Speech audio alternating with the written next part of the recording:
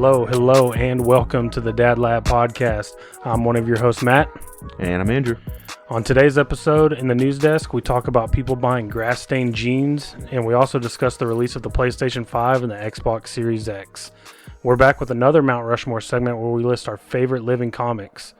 We're going to introduce a new segment named Pick Your Poison, and we continue our movie watch and review with the 1992 classic Three Ninjas. We're also going to recap some NFL Week 2 action and look ahead to Week 3. And of course, we can't forget about everyone's favorite segment, 60 Seconds on Big Brother. We have all that and more on this episode of the Dad Lab Podcast. And before we begin, we want to ask you to please leave us a rating and review on iTunes and Apple Podcasts.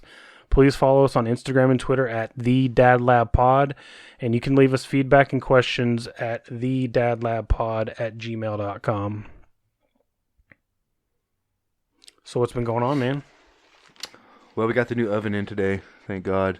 So that means pot pies? That I had a pot pie today. I've been saving that package. Has been partially open and sitting in the freezer for a week, just staring at me and mocking me. So they delivered it today, took back the old one for like a small fee while Claire was at the house, and she sent me a picture of it. And as soon as I got home, we just kind of messed with it a minute, checked everything out. And, 10 minutes after I got home, pot pies were in the oven. They had to cook forever, but God, it was worth it. It was like buttery crust, delicious toppings.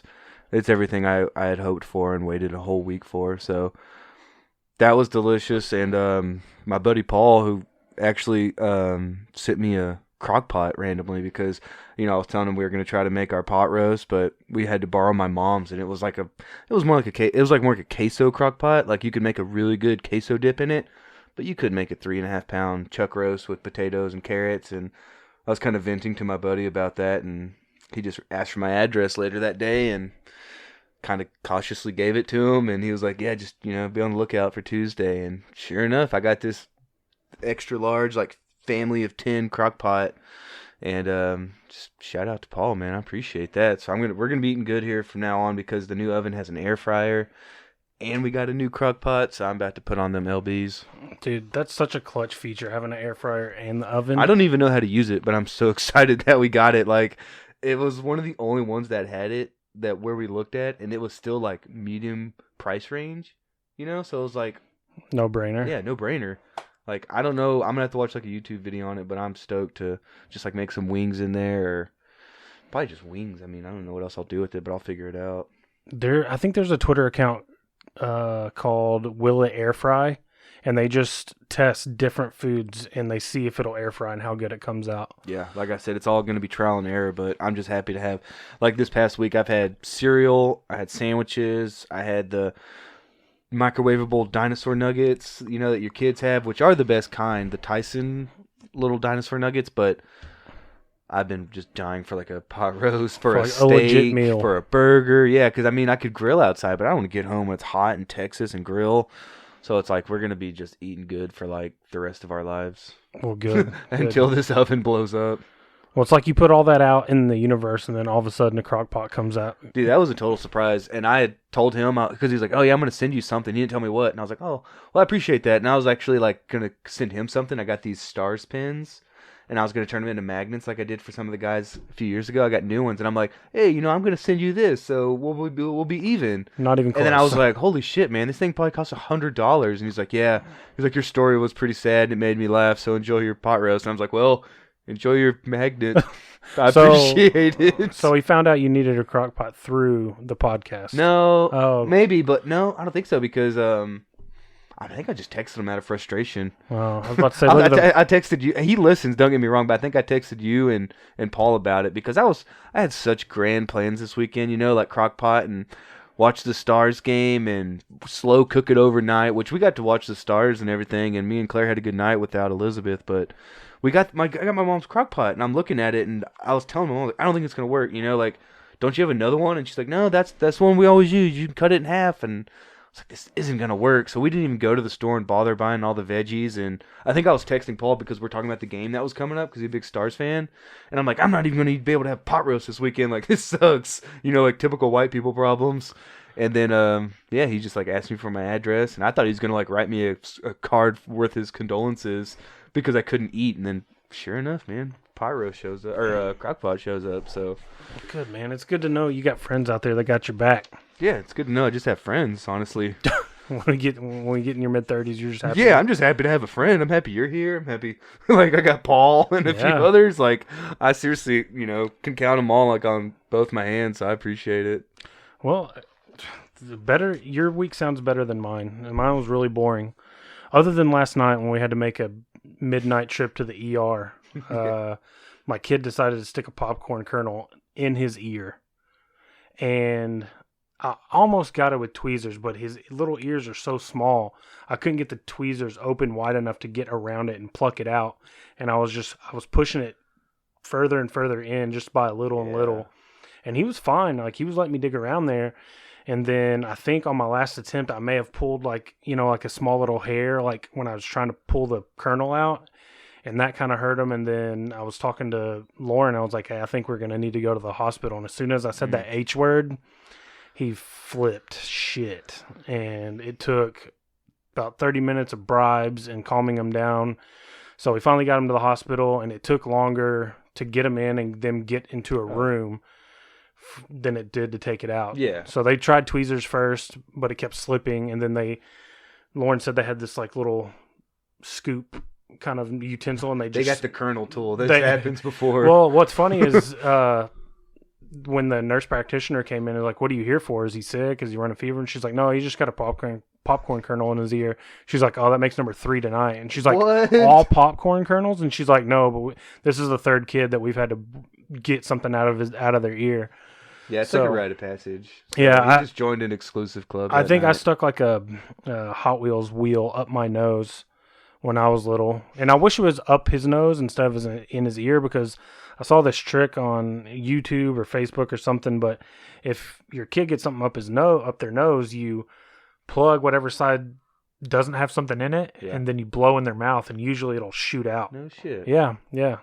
And then I don't know why I didn't think about it, but I had a vacuum with like a little attachment. I should have just got the vacuum out and tried to like suck it out, but I don't know. We weren't thinking. But yeah, so $75 later, and I promised him an Xbox game. What game did you get? He got Hello Neighbor. Oh yeah, he was playing that. Yeah. So there's three Hello Neighbor games. So I got him the other 2. They had a bundle. I gotta admit, he's pretty terrible at that game, but I guess he just likes to play. Yeah. And it's not like the original Hello Neighbor. It's kind of messed up because, like, I think Dude, that game was scaring me when he would get caught. Well, I think in the original one, like, the dude like murders his family. What the fuck? Because this is a total kids game. Well, no, it's not. Like, but it looks like it. Visually watching it, I was like, this looks like a game for children. Come to find out, it was like rated teen, which I didn't realize until I bought it. Like, I need to be better. And he's usually just playing Minecraft or Skate or he's getting into Fortnite here recently, but Fortnite's not bad. I don't think. But yeah, so the opening scene shows a ball rolling down the street, and then that's when you're able to control your player, and you're running after this ball, and the ball stops, and it's like a cutscene, and you see the neighbor through his window, and he's like dragging. You can see him like dragging somebody by their feet. You can see their feet like kind of sticking up, and him dragging, and then he puts them in a closet, and I'm like, what in the hell is going on? What did I buy you? Mm-hmm. So I was like, hey buddy, why don't we play blah blah blah? But anyway, so yeah, last night, late night trip to the ER. Got home about 2 a.m. And then for him being so brave, we stayed up for an hour or so and played video games. And then I think he really did it to get out of going to school today. I think he had a plan all along. So he took a safe approach. Kernel's small enough to where it can easily get out. Nothing's going to damage his eardrum.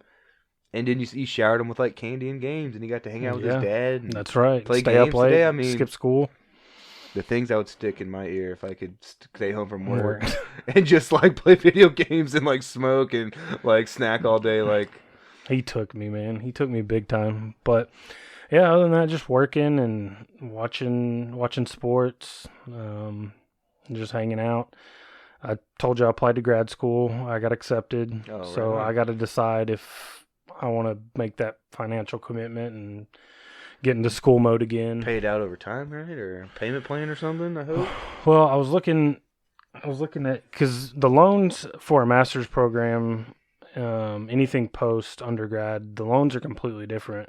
Like if you get a loan for undergrad, you can, you have like 6 months to a year before you start paying on it, and then interest doesn't accrue until you graduate. That's good. At least for graduate level and doctorate level loans, they start accruing interest the moment you accept that money. So it's just, and the rates are higher. It's like 7% interest, and then there's like a 4%. There's like a 4% servicing fee on top of that. So I just gotta, decide whether I want to, take that plunge and do all that. It's fucked up. You have to decide if you're willing to sacrifice money, hurt your family now financially to hopefully, obviously help them out in the long run. But shit, nothing's easy. It's a game, dude. Yeah, it's full commitment, which I know you'll be able to do. It's just taking that big jump. Yeah. Oh, technical difficulties. And We're working with new equipment. We both got new mics, so turn the knob one way and it loosens it, the other tightens it, and I just figured out which way loosens it. hey, stuff happens. And we're back. Hot mics. Yeah, we're back. All right, so let's move on to the news desk.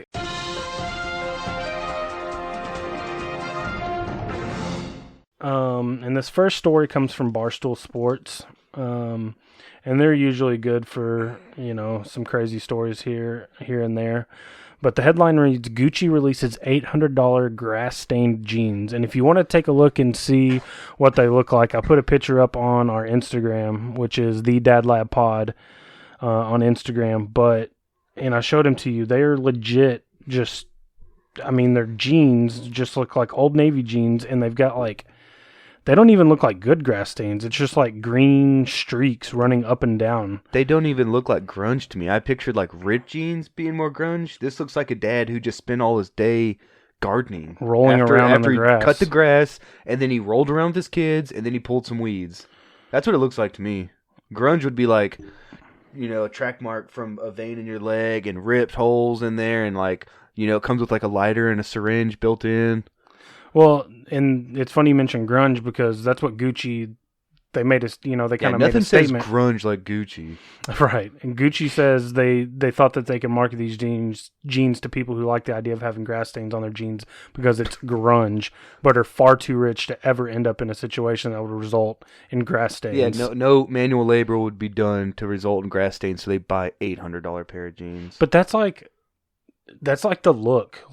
You see celebs on TMZ, or you see pictures of them, you see them in ripped up holy sweaters that cost $2,300. Well, then my dad is the coolest fascist dresser around because he wears nothing but old clothes with the same jeans for 20 years and shirts the same shirts for 20. God bless him. But and then I'm scrolling through the article and it shows a picture on World Star Hip Hop and it says Kylie Jenner wears the Yeezy $2,600 sweater. Look at this. It's an oversized. It looks like it's 4 sizes too big. It's hanging off one shoulder. It's got holes all in it, but because it says because it's Yeezy and it's $2,600. You can buy a legit, decent used vehicle. Yeah, that's how I look at it. Yeah, that's a decent used vehicle, or you can buy that shitty torn up sweater. And then there's another brand called Golden Goose, and never heard of it. Thankfully, they make high end shoes, but they were selling $700. They look like some old not Chucks, but Converse with the star on them, and they have literally a piece of tape over them. And they were selling them for $700, and they sold out. I'm glad. I just don't understand fashion. Apparently, I don't, and I'm not a not a hipster, but I'm not I don't get all the hype beast stuff and the sneakerhead stuff. I don't get that. No, I don't. And I'm gonna say something, and something I never said I would say, but my dad would always, because when we were coming up, there was a time where the ripped jeans were in. Mm-hmm. My dad would always say, well, if I wanted ripped jeans, I would just wear them till they got rips in them naturally. I didn't buy them like that. Well, grass stained jeans, I remember my mom getting mad because I would go play football after school or play whatever after school in my jeans and get grass stains on them. I remember getting mad at me for going out and playing in my good jeans. Yeah. So when I wanted grass stained jeans, I would have to go out and actually earn the grass stains. Yeah. I just don't understand all this hype beast stuff and all these kids wearing Supreme and Off-White I don't know, man. You're talking to a guy who gets almost all of his clothes from like Target, Yeah. or like if my wife takes me to TJ Maxx, and then I order like, Stars, Cowboys, Mavericks, Ranger shirts, band and t-shirts. band shirts online. Yeah. Other than that, when we go to Target, I'll look for a couple pair, like, oh, I like these shorts or this shirt, and it's like a plain shirt and like plain pants. Yeah. I'm the most basic dresser, and my favorite gift to get is like a new pair of socks. Oh, yeah. And then like Reeboks and Crocs are like the only shoes I wear, and I have a few pairs of like New Balance, so I'm already like settled in to dad mode when it comes to dressing, like denim jeans, belt, plain t-shirt, New Balances or Reeboks with like, and I pull my socks up, like my tan line on my socks are I noticed them when I walked in today. but The socks are riding high today. they always ride high, man. It's white socks, up to your calf. That's the way I've been rocking it for years. So you're talking to a guy who literally cares little about his physical appearance. I just wear a hat all day. You know what I mean? Like, so none of this makes sense to me. We're big Old Navy people. Yeah. I mean, it's affordable. I mean, and it's decent clothes. Or I'll get something at Target, or hell, like I'll rock Walmart stuff. I don't care that much. I really don't care. I'd rather my kid, and he's not like this now, but there's going to come a point to where they're going to care about. He's going to want the new sneakers and having, whatever Under Armour shirts or whatever's American Eagle or whatever's popular now. But I'd rather save all the money and have him in that stuff. But yeah, I just don't get it. Man, I'll find great finds at like a thrift store. Yeah. And rock those shirts. Yeah. Goodwill, like the actual like Goodwill stores, they're good for that. Hell yeah. Like Lauren goes to the ones up in like Frisco, because like what those That's people up there are donating, right there, like yeah, she'll come back with some cool stuff. Oh, I bet, especially in Frisco, absolutely.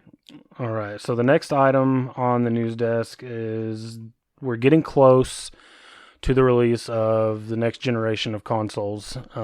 We've talked about it. We both love video games.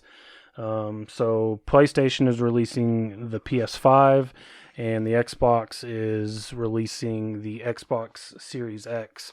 Yeah, 2 days apart. 2 days apart. So PS5 is going to drop on November 12th, and the Xbox Series X is going to drop on November 10th. Both of them are going to have digital-only versions, which means they don't have a disc drive. They don't take any physical media. It'll be digital only, which is I feel like that's where it's going. Yeah, the way of the future. They're trying to push it because they'd probably get their manufacturing down from pushing out those discs.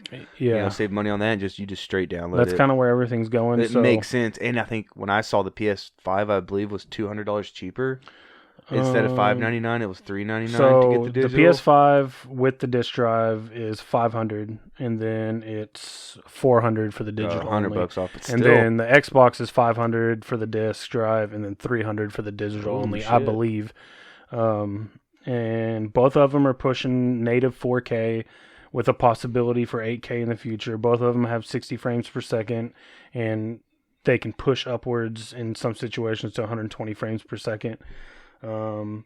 Xbox, the Series X is going to be 360 and Xbox One compatible, so you're going to be able to play those games on there. And then PS5, I believe, is only going to be able to play PS4 games. And then they both basically have the same CPU. The Xbox has a little edge in that, and the GPU as well. Xbox is clocked in at 12 teraflops at 1.8 gigahertz, and then PS5 is clocked in at 10.28 teraflops at 2.23 gigahertz. So they're right there. And it really, just like every other consoles that have come out, it's just preference. Like, I know people that are diehard PlayStation guys, and then people that are diehard Xbox. Yeah, I've never owned an Xbox, and I've owned every console from 1 to 4 of PlayStation.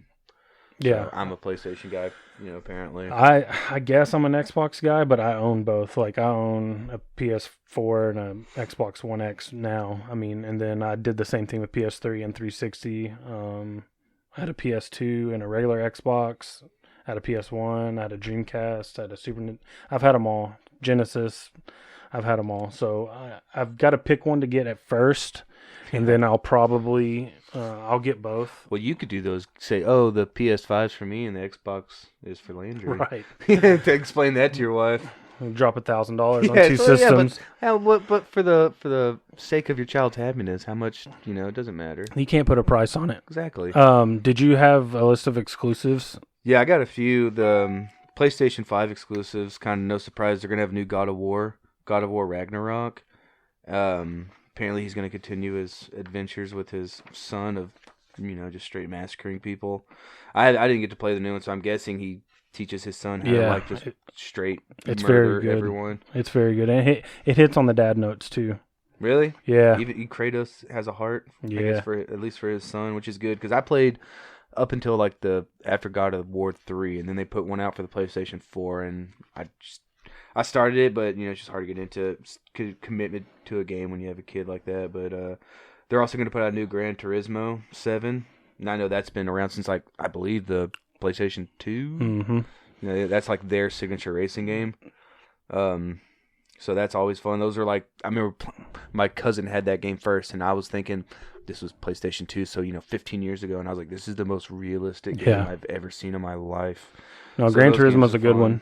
There's a new Spider-Man. I have the Spider-Man now on PS4, and those games are just fun. Even if you don't do the missions, you can just fly around town and like look for bad guys on your map that are like causing trouble, and just go and fuck them up, save the day, and then deuce out and go fly somewhere else. But this one's it's gonna follow the I guess the character from Into the Spider-Verse. Is that what it's called? The Miles Morales. Yeah. Mm-hmm. So that was cool. That was a really good movie. I won the Oscar. There's going to be a new Ratchet and Clank called Rift Apart, and I'm assuming they're going to keep up with the show because that's been the only baseball game available throughout those big series of PlayStation, Xbox is the show. I guess they own the rights to that, so that's a fun game. I almost always buy the newest edition of the show. And then I got a few for the Xbox. They have one called State of Decay 3, which look like a zombie game. That is a zombie really game, cool. yeah. So I'd be down on that if I had if I had an Xbox. They're how do you say it? Forza Motorsports, which is I'm guessing they're Gran Turismo. Yeah, which I'm a big Forza guy. Yeah, because I looked those trailers, and now I'm thinking this is the most realistic game I've ever seen. Like took its place.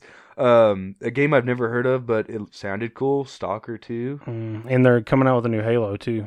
Yeah, that's like their signature game. Like that and like Gears of War. Those are two games that I was always like, maybe I should get an Xbox just to play that because, and Left 4 Dead always had me intrigued, which I guess kind of like State of Decay. That's a zombie one, and it's very good. I played 1 through 3.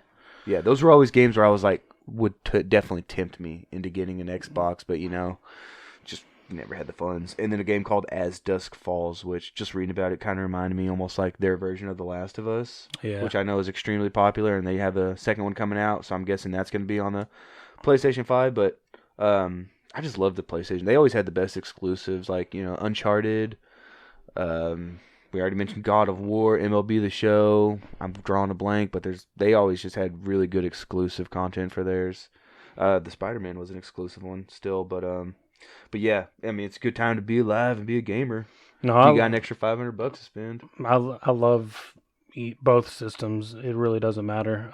Yeah, like you said, it's a preference. Whatever you like growing up, unless you're just into it that much and have those funds that you can buy one of each. But if not, you're not going to go wrong selecting either or. And it kind of sucks because like you'd have to pick, well, who do I have more friends, or how many friends do I have that have this system, how many friends have that system, and hopefully more games are going to do what Fortnite it has done and what like Call of Duty Warzone has done, and make it cross-platform, so you don't have to choose. That makes total sense because, like you said, if not, you're picking and choosing like who you're going to play with. Yeah, and if they can show that that's a thing that can be done, why not just make it compatible with like all new games? Yeah, at least on the multiplayer side.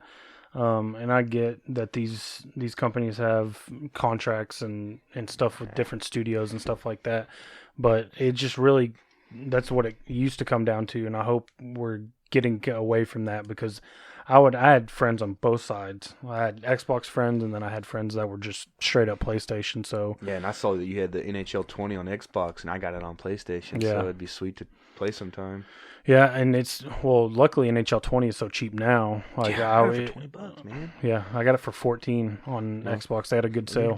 But yeah, I mean, it's so cheap I could buy it on PlayStation. But yeah, no, it's coming up, and I've got a decision to make, and all the pre-orders, like the pre-order I heard thing they dropped the ball. Dude, it has been a disaster. Yeah, I heard both companies actually dropped the ball on that. Yeah, I tried getting on because I think they went on the 22nd is when they opened pre-orders, and I got on that morning. I woke up, I set an alarm and woke up and tried to get a pre-order, and it was already sold out. I tried Target, Best Buy, Walmart, GameStop, everywhere, Amazon. They were all Time to go to the black market. Yeah, that's where you get raped. Speaking from experience, never again. Yeah. So I think that's going to take us to our Mount Rushmore, and like I mentioned in the open, we are going to list our favorite living comics and put them up on our Mount Rushmore. We had a debate on whether to do Alive or Dead, and I think I'd be down to do Dead later down the road. Yeah, we can definitely do a Mount Rushmore on our Dead comics, but we decided to go living for this one, and I think I'm going to let you start, and we'll just switch off. Okay. My first one, rightfully so, is probably Dave Chappelle.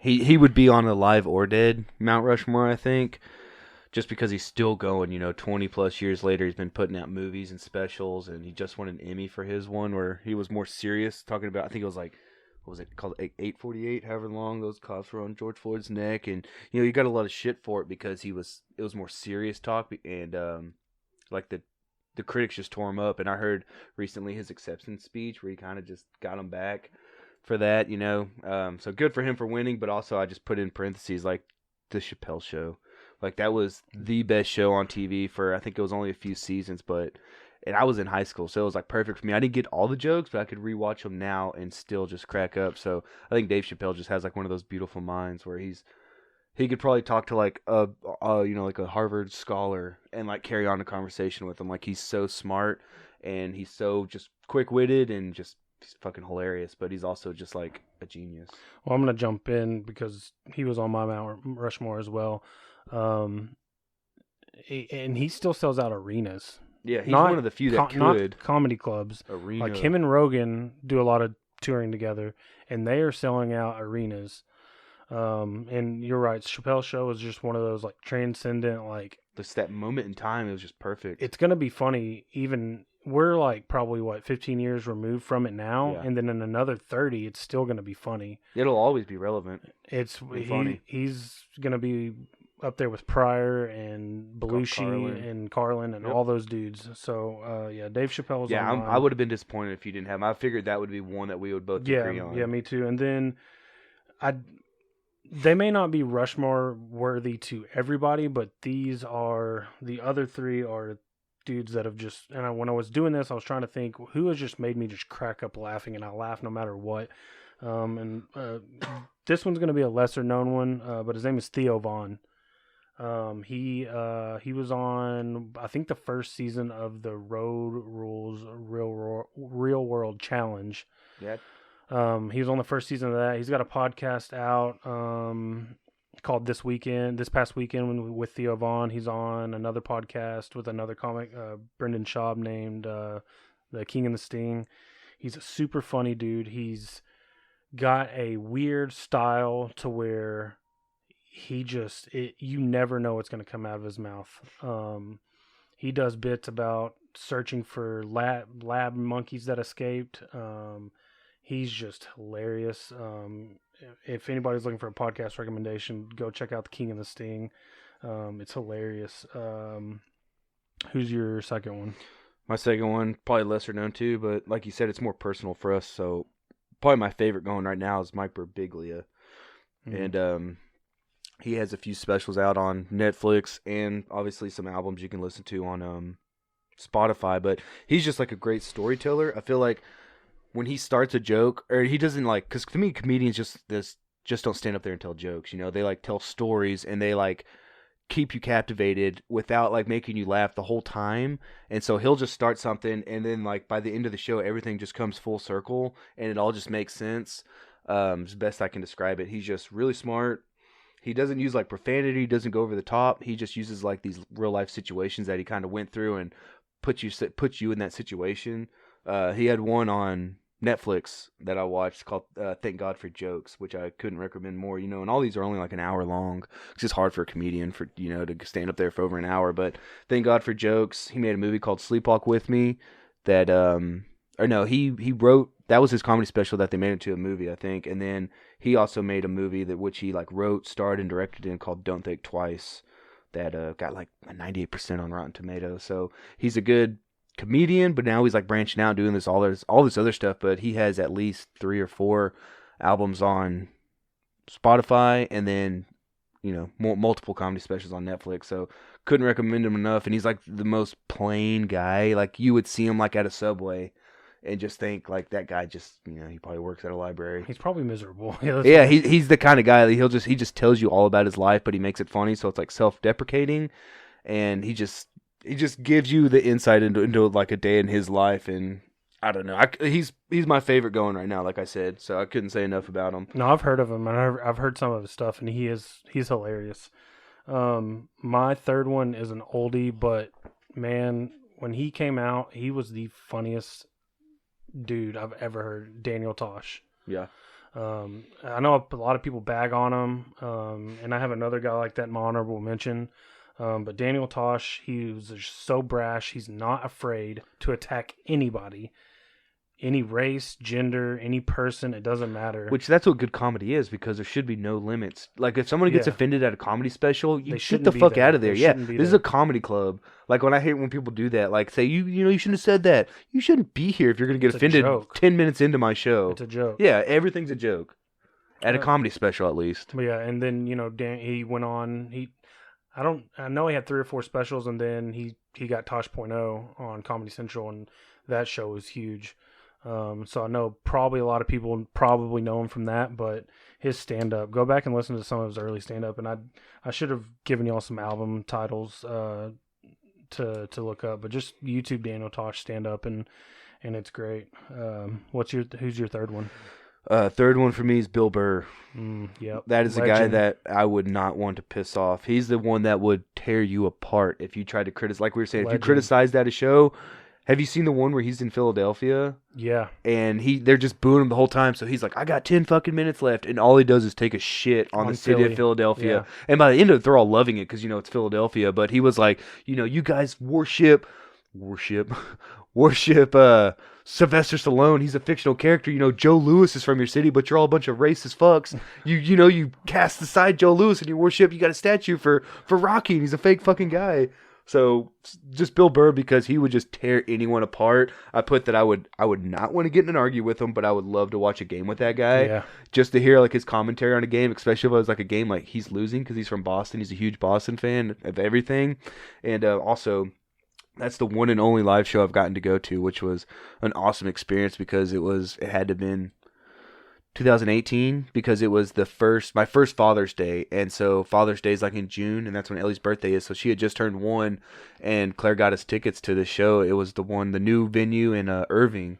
I can't remember what it's called, but it was a nice new venue, and dude, it was awesome just to go to that. We got a hotel room that night, nice. And I keep saying so we got a hotel room that night, and then went to the show. Came back after the show, just like kept the after party going. I remember the 2005 Rose Bowl was on, so I got to watch Texas beat USC after that, and it was just like one of those nights that I don't think I'll ever forget. Sweet, yeah. I don't think I've ever seen a big comic live. I've been to like Hyenas or Addison Improv and seen some hack get up there, but I've never been to like a big comedy show. And can I just say, anyone that gets up there, just man or woman, just has to have the biggest balls, because that's a big thing, because you can think you're a funny guy and be funny in the office or be funny at a gathering, but to go in front of strangers and have all eyes on you and just like, well, I'm going to just let my balls hang right now and I give it a go. Turning these mics on, much less like have a room full of people. Right? And we just got like stuffed animals and Neil Young poster and MacGruber right here, which I guess that is kind of hard criticism. Hopefully they like it.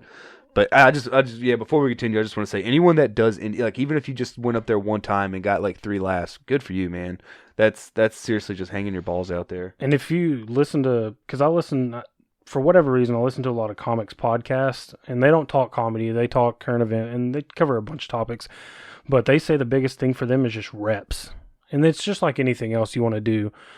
Just like this podcast, I know it's getting easier for me and more comfortable the more we do it, but they say, like, Joe Rogan is in a comedy club, like, he does like 20 sets in a week. He's a veteran, you know, he's a 20-year veteran. Yeah, and then he'll work. That's where they work on their stuff, is during the week at, like, you know, smaller, you know, their local venues, and that's where they workshop all their stuff. That's where they kind of hone in, and that makes sense. See what hits, what misses. Yeah, and then you know, they're constantly working on building a special, and then on the weekends they're on the road, you know, doing big shows, and so they'll take what they've done during the week and they're building a set, you know, for years and years.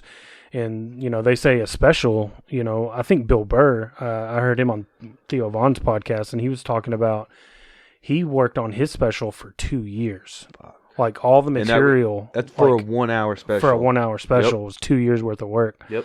So you're right. I mean, being a comedian or even attempting it, you've got a big set of nuts, because you want to talk about anxiety. Yeah. Something I could never do. I'd have to be so drunk before I got on stage. Yeah. That's the only way, but even then I'd probably be too drunk. Cause pass out. Yeah. Just throw up. And then they think I'm just like the new Belushi. Yeah. Well, you don't want the ending, but everything up to that was all right. Everything until the very end was pretty very good. End, yeah. So my fourth is, and a lot of people may not know this guy either, but it's Eddie Izzard. Yeah, the cross-dresser. The cross-dresser. He's a Brit from England, and he performs on stage as a woman. Yep. But he's very much a man. It's just part of the act, and he is the quintessential dry British humor, and he covers a lot of he does a lot of historical comedy. And I don't know maybe it's just my personality or I don't know, the way it's delivered, but he is just so funny.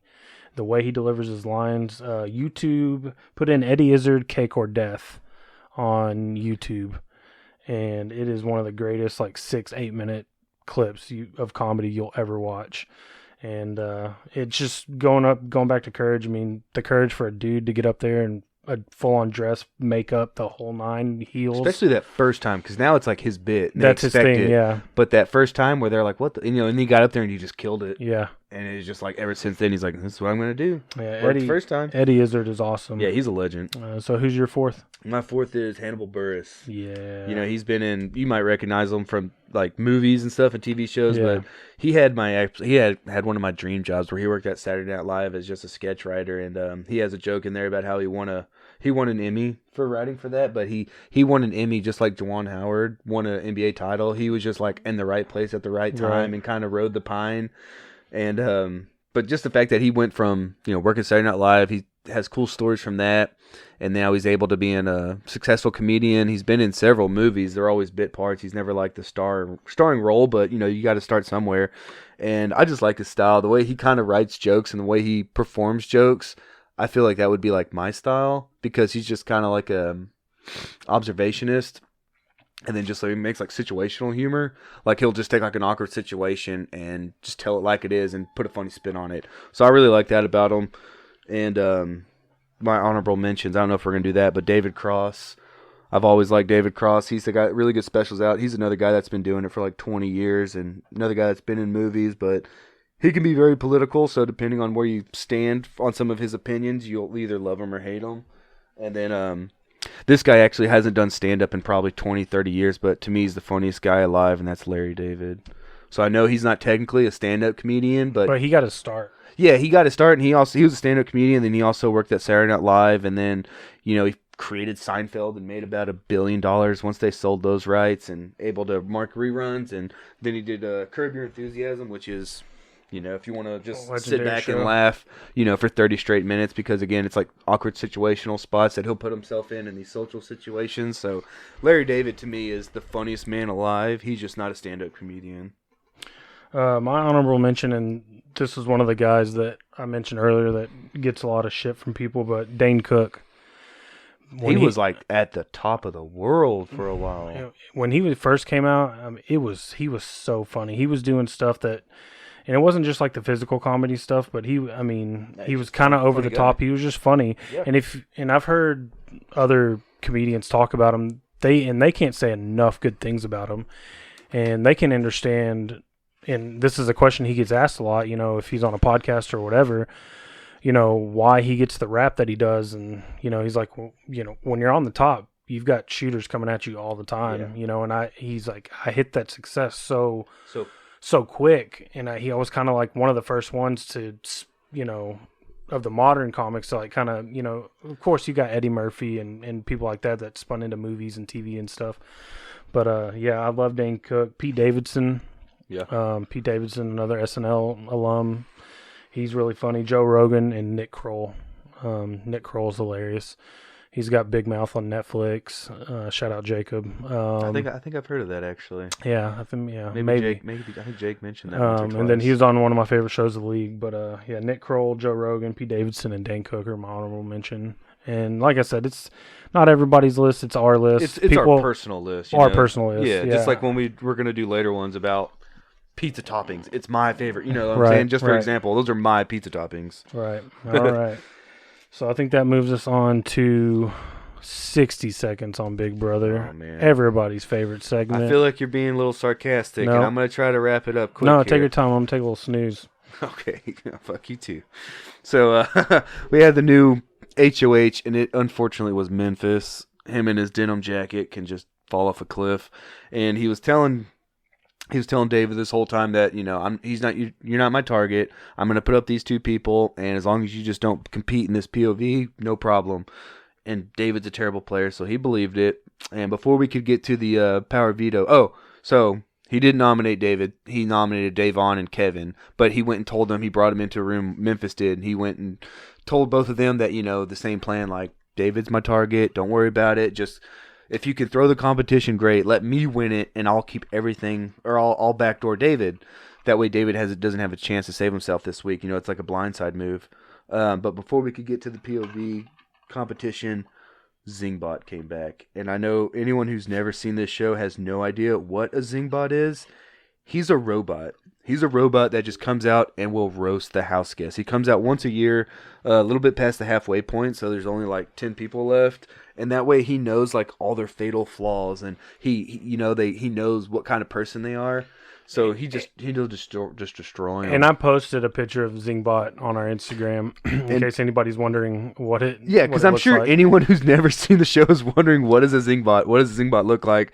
And I was just thinking the other night when I was writing this down that I'm sure the idea of a joke cracking robot, and this time he was dressed as Joe Exotic, from the Tiger King. So he was Zingbot Exotic or whatever, or Zingbot Joe. So the thought that a robot dressed as Joe Exotic coming out and just like absolutely roasting these house guests, I'm sure sounds really weird, and it is really weird. I don't know how they came up with this concept in the first place, but anyone who watches Big Brother, or something harder than that, but anyone who watches Big Brother will tell you, like, Zingbot is one of their favorite nights of the year. Like, when they previewed it earlier in the week, like, and coming up Wednesday, Zingbot, like, me and Claire just looked at each other. I was texting my parents watch. I was texting my parents. I was texting Ryan's like, fucking Zingbot's back, dude. He's going to let them all have it. So Zingbot comes in. I won't tell you any of the zings because, like I said, they're really specific and personal to that person. So unless you know that, because he'll go straight to your core. He'll find your weakness, where you're vulnerable, and he will gut you right there. The all 5 episodes we've been doing this, if at any point I thought, man, Big Brother sounds weird. This is weird. Cake, dude. It is. I'm telling you, dude. And after he'll roast everyone, he sticks around for the competition to talk shit while they're all competing. So, like I said, I don't know where they came up with this concept, but God bless them. So Zingbot's in this episode, and he'll make one appearance all year, and then he's gone. But everyone knows in the show, like, oh, Zingbot's coming. And when he comes, they all try to hide, and they don't want to hear what's coming because, dude, he'll tear you apart. So the veto competition started, and it was like a maze in their backyard because every competition takes part in their little big backyard they have where they can like exercise, and they have a pool. But production like takes it all apart, and they made this big artificial maze where they had to go and find 3 specific teddy bears and bring them into this specific cage. So it would say, like green-eared leopard print tiger, and they had to go and find that and put it in its cage because they went with the Joe Exotic theme, and it was just whoever did it the quickest. And Tyler ended up winning, which sucked for Memphis because Tyler was like, he talked to Memphis and he was like, I don't think backdooring David's smart at all because David's a terrible player and he can vote our way because you want to have votes. You want to have, it's a numbers game, so you want the numbers in your favor. And he's like, David sucks. We could pull him to our side and we could break up Davon and Kevin because they're working together. So he talks to Memphis about it, And Memphis slowly starts to agree with them, and that's after, of course, Memphis told Davon and Kevin, like, hey, you're good this week. You're not my target. So he went back on his word, which pissed Davon and Kevin off, obviously, because they wanted to get off the block. Nominations stay the same. They get pissed because they thought they were going to be safe this week, and so it's eviction nights tonight, and it's Davon and Kevin on the block. One of them's got to go, and we'll see what happens, man. I'm after this. I'm watching it with Claire, and we're gonna see who goes home. So that's it in a nutshell. Zingbot was back. Zingbot's the best. May Nicole and Danny burn in hell. Yeah. That might have been too harsh. All right, let me end it on a bright note. Zingbot's back. How's my girl Christmas the stripper doing? She's still around? She's still around. She's fucking scary, man. I don't know. I know you think she's a stripper, but she would probably beat you up if you said that. She's like a fitness guru, like tatted up with muscles. Like I wouldn't want a Christmas to overhear anything. Some guys pay for that. Some guys do, and then some guys pay the ultimate price. They get demasculated and beat up by a woman named Christmas.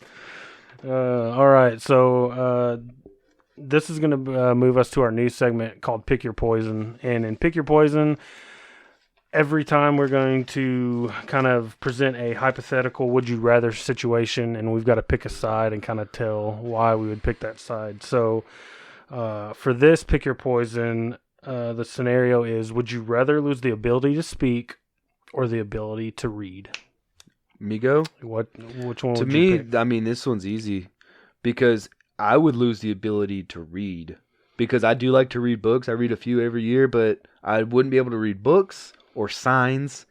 But I can ask someone to read that sign for me or to just like give me a heads up, like if I'm trying to find something. I'm just too old to start to learn sign language, so I feel like I need to be able to talk. And yeah, man, I'd rather be illiterate and like have this vocabulary that I accrued over time. Because I'm assuming I'm gonna be able to stop learning or the ability to learn to read like today, right now. So all the words that I've accumulated in my vocabulary over time are still in my vocabulary. So I'm not gonna sound that illiterate and stupid. I'll just be like, you know what is that right there? Like, help me out a little bit. Like, yeah, I'll squint my eyes, and kind of act like I just can't read it, and I'll be like, oh, appreciate it, thanks. It says stop, okay. But you gotta have somebody with you at all times. I guess I've got to find a new co-host because you're not gonna be able. Oh, you said read though. Yeah. Okay. I'll be able to speak. I just can't learn sign language and like go deaf right now. You're gonna have to find a new co-host because I would lose the ability to speak. Really? I'd rather be a mute, dude. Like that would live in your own world. That would save me from getting myself into so much trouble with the wife. That's true. I would never have to put my foot in my mouth again. It would be bad for the podcast. It would be pretty bad because you would just be.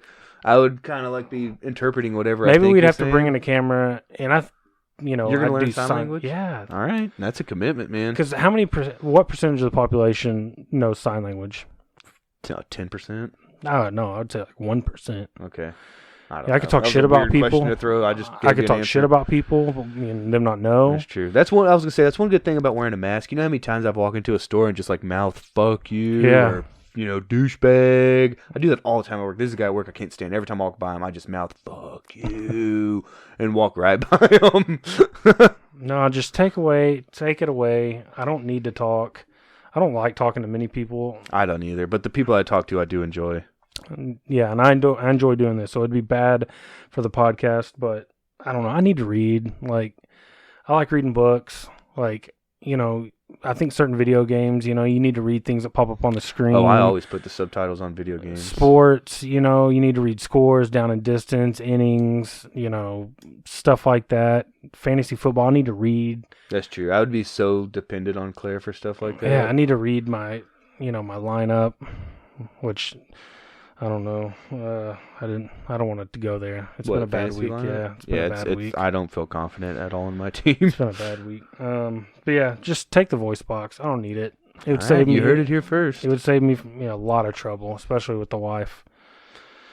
So I'm surprised we split on that. Yeah, I really thought you would go voice. I really thought that was the no-brainer. So you wouldn't have to talk to people. I can choose not to talk to someone. I can just say, "No, I'm good," and walk away, rather than be like. Sometimes you don't. Sometimes. If I don't want to talk to somebody, I will let them know, dude. Well, sometimes Claire lets me know. She'll be like, "You were an asshole right then." I'm being honest. Like if I don't agree with someone or want to talk to someone, I'll just straight up like tell them that. All right, so that's going to take us to our movie watch and review this week. We just wrapped up the Mighty Ducks trilogy with D3 last week, and so we decided to go another trilogy and another one from our childhood, and we're going with... Are we doing the whole trilogy of 3? Because there's actually 4 of those. We're not doing the 4th one because I don't recognize that as part of the series. What was it, Mega Mountain? High Noon at Mega Mountain or something like that. I don't recognize it. So we're going to do 1, 2, and 3, and obviously we're going to start with the 1992 release of the original Three Ninjas. Which you can find like we did on YouTube, I'd say. If you can find it for free. If anyone wants to have some good laughs and nostalgia come back, it's on YouTube. It's on YouTube for free, so don't waste $4 renting it or whatever. If maybe you have it still, maybe you have an old VHS lying around from back in the day. I guarantee that VHS is in a box somewhere. Oh, I had it. I know I had it at one point. Yeah. All right, so Three Ninjas opens up. They're at the 3 boys are at Grandpa's house and they're training. Yeah, training for more of a hit squad than like a self-defense ninja class. Like he had them doing all kinds of crazy shit. Yeah, dude, they were little assassins. Yeah, that was like some like junior Navy SEALs, assassins in training, and those are his 3 lovely grandchildren that he's just teaching death moves to. But hey, I wish my grandfather taught me that. That would have been cool. Mine had MS, so we didn't really do much like that. Y'all did the opposite of that. Yeah, we watched the History Channel in his room, which was still cool, but I really wanted those nunchucks. So early on, you learned something about Tum Tum real quick, that you can mess with him when he's sleeping, but you just don't fuck with this candy. Yeah. So he's got a piece of grass, and he's waking each one of them up, and the first 2 boys catch the blade of grass or the stick or whatever he's using. Tum Tum's not falling for it. But try to grab that candy, snatch that candy real quick. I also think Tum Tum will be obese and diabetic by the 3rd movie. Oh, that's why he is on pace. Every time you see him, he's got a mouthful of candy. That's probably why they had to recast him. Man, they just set him down. Because that kid in real life probably had an addiction to sugar. Yeah. Yeah. And he was donezo. So there's this training montage. There's going to be a montage in every movie we review. Yeah. I feel like that was just a theme back in the day. So like one of the last scenes is they attack Grandpa as he's coming in, driving in the house, and Grandpa has no fear of osteoporosis or arthritis because he is very spry. Yeah, he is very spry for an old guy. And then a little bit later, we learn where they get their names. They have a ceremony called the Day of Names, and that's where Rocky, Colt, and Tum Tum are born. And then we get introduced to the villain, which is a Steven Seagal starter kit. Yeah, such a wannabe. Costco brand. Snyder, the wannabe Steven Seagal. Yeah. When you see his slick back hair in your blazer, you're thinking he's either the villain of this movie or he's a hockey coach. Yeah. He's either like the LA Kings bench coach or he's going to be our bad guy. And, he's the bad guy. We find out pretty quick. So, and then we get introduced to the boy's father, who had... Terrible father. Who was against ninja training, apparently. Yeah. Doesn't make sense. So he works for the FBI, and they're trying to catch this Snyder guy, and they're going undercover. And I gotta say, the FBI, they couldn't find like a better looking Arab, like a guy to play an Arab to go undercover. Like they grabbed the office Jew. They got Ari Goldstein to go and undercover. They threw a turban on him, and his accent was terrible.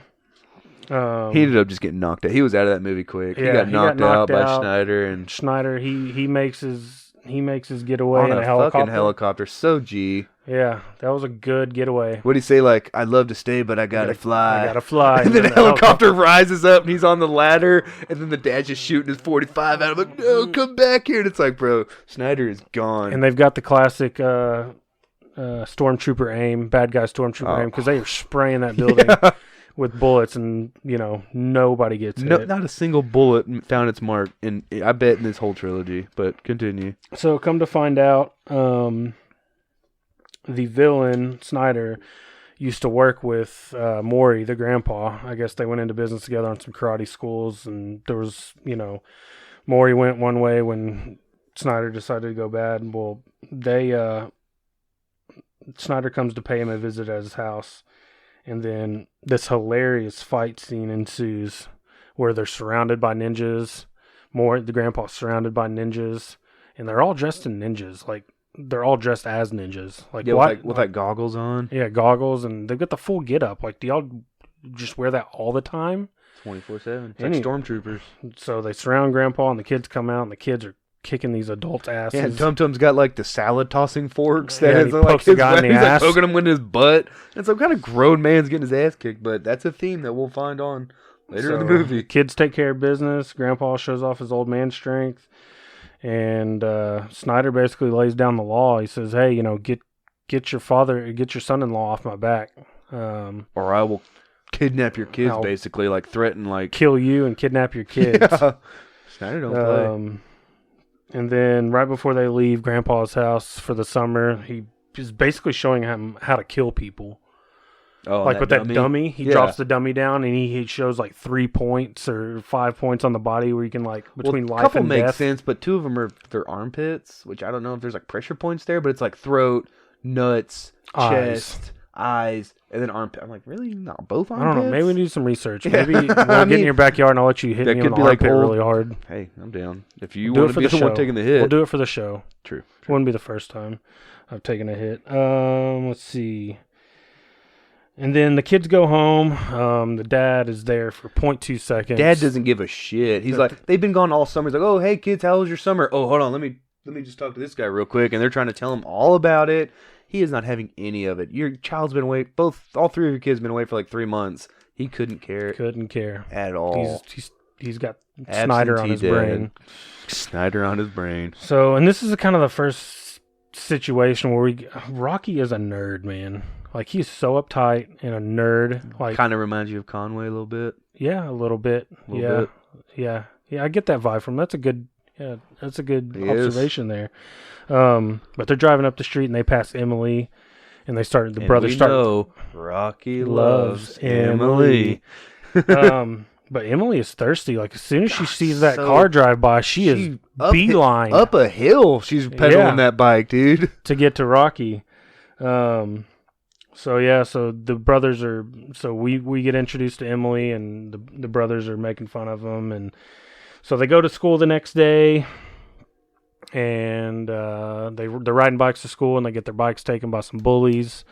And before I hate that, those fucking bullies, man. Immediately, I didn't like those guys. No. Like, I remember them from my childhood. And good I was casting. Like, I hated them. I hated the one kid with the black like baseball jersey. He looked like a mini Vanilla Ice. He looked like a really bad Vanilla Ice. I immediately didn't like those kids. But a little bit before that, Snyder hatches a plan to kidnap the kids, and he has his assistant handle putting guys on it, and his assistant's got a nephew and his 3 stoner buddies, and he puts them on the case, and that's where we meet them, and they're like the typical quintessential 90s like stoner, just surfer California pothead. Yeah, and there's a lot of bruh and dude tubular and red.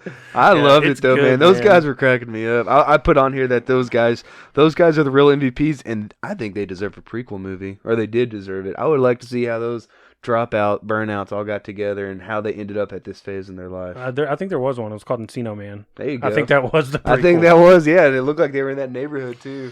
I was just thinking, like, did Pauly Shore like pass up that role? Because I could have definitely seen him. They probably couldn't afford him. That's true. He was at his height. Peak, yeah. Like, he was at his peak. He was in the Army by then, if you know what I mean. Oh, what was that? It was in the Army now. Yeah, with Andy Dick and Pauly Shore. Yeah, it was good. I did like a bunch of Pauly Shore movies. So did I. Son-in-law, We're gonna have Biodome. Coming up at one point, we will start to review some Pauly Shore. What terrible movie taste we have. I don't care. And then we get a little look into the room, and when I rewatched it, like, I remember thinking as a kid, like, how cool their room was. It's still cool to this day. It stands the test of time. They had like a ninja mural on one wall. They had a wallpaper of basically ninjas going at it. You know, I liked how they decked it out in like local sports. So they had like the James Worthy poster, and they had a Wayne Gretzky poster when he was playing for the Kings. So it's it all makes sense. Like, if you were an LA kid or whatever, like, yeah, you'd have in that period of time was probably awesome to be an LA fan. This movie had like more continuity than the Mighty Ducks did. Like, more dots connected in this movie than the Mighty Ducks. Yeah. Which I appreciate. But I noticed they were playing Super Mario 3 on an original Which was NES. probably the most popular game in the world at that point. And they had bunk beds, and then they had a little... I always wanted bunk beds. They had the classic, like, telephone on a string with the cans. Mm-hmm. So That's how he's talking to Emily, Emily, of course. Talking sweet nothings. So their movie, or their bedroom was super cool. So anyway, yeah. So the next day, they're going to school, get their bike stolen. The three stoners are kind of stalking them, trying to, catch them. And yeah, because they go the night before and they realize like this place is swarming with FBI. Yeah, so they let's realize, at least be smart and come back the next day. Yeah, so they're stalking them on their way to school, and they kind of lose them. Which takes us to a basketball scene where Rocky and Colt play the two bullies, and they try to win Emily's bike back. 1st to 10, and they spot them 9. Spot them 9. Cocky sons of bitches. Ballsy. The balls on those kids. Yeah. That didn't sound right. Oh, wow. Yeah, I can't say that. Yeah. I got to edit keep that going. out. You know what you mean. I can't, no. They had some sweet basketball moves. I'm not trying to go to jail, dude.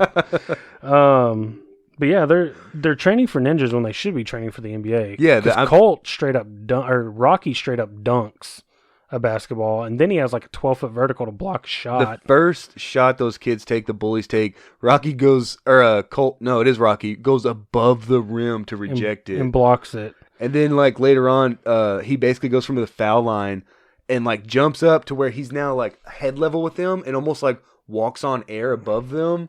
I mean, I can understand like taking some sweet jumpers and maybe some layups, but get the fuck out of here, man. That was the most unrealistic basketball scene I've ever seen, including Space Jam.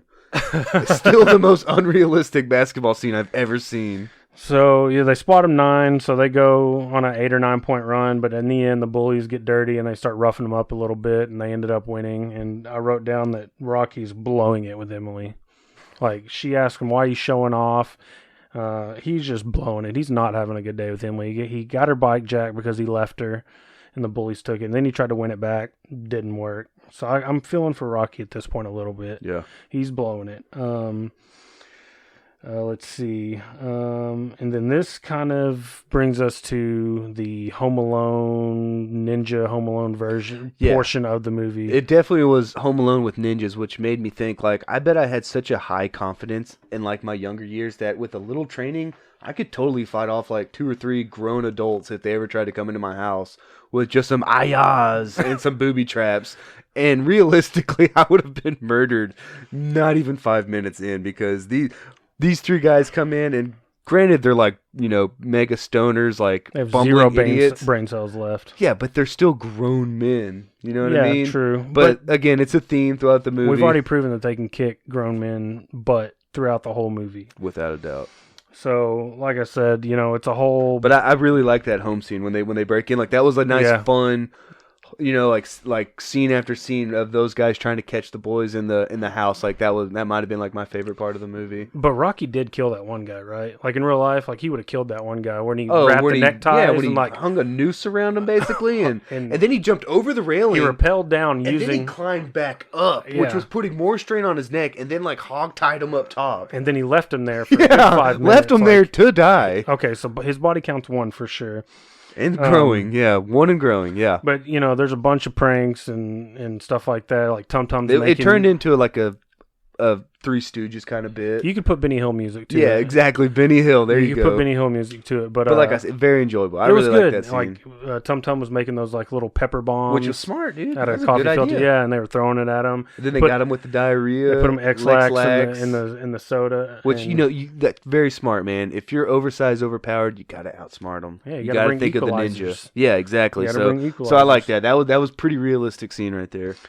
So right when we think everything's okay, they get smart and they lure Emily over to the house.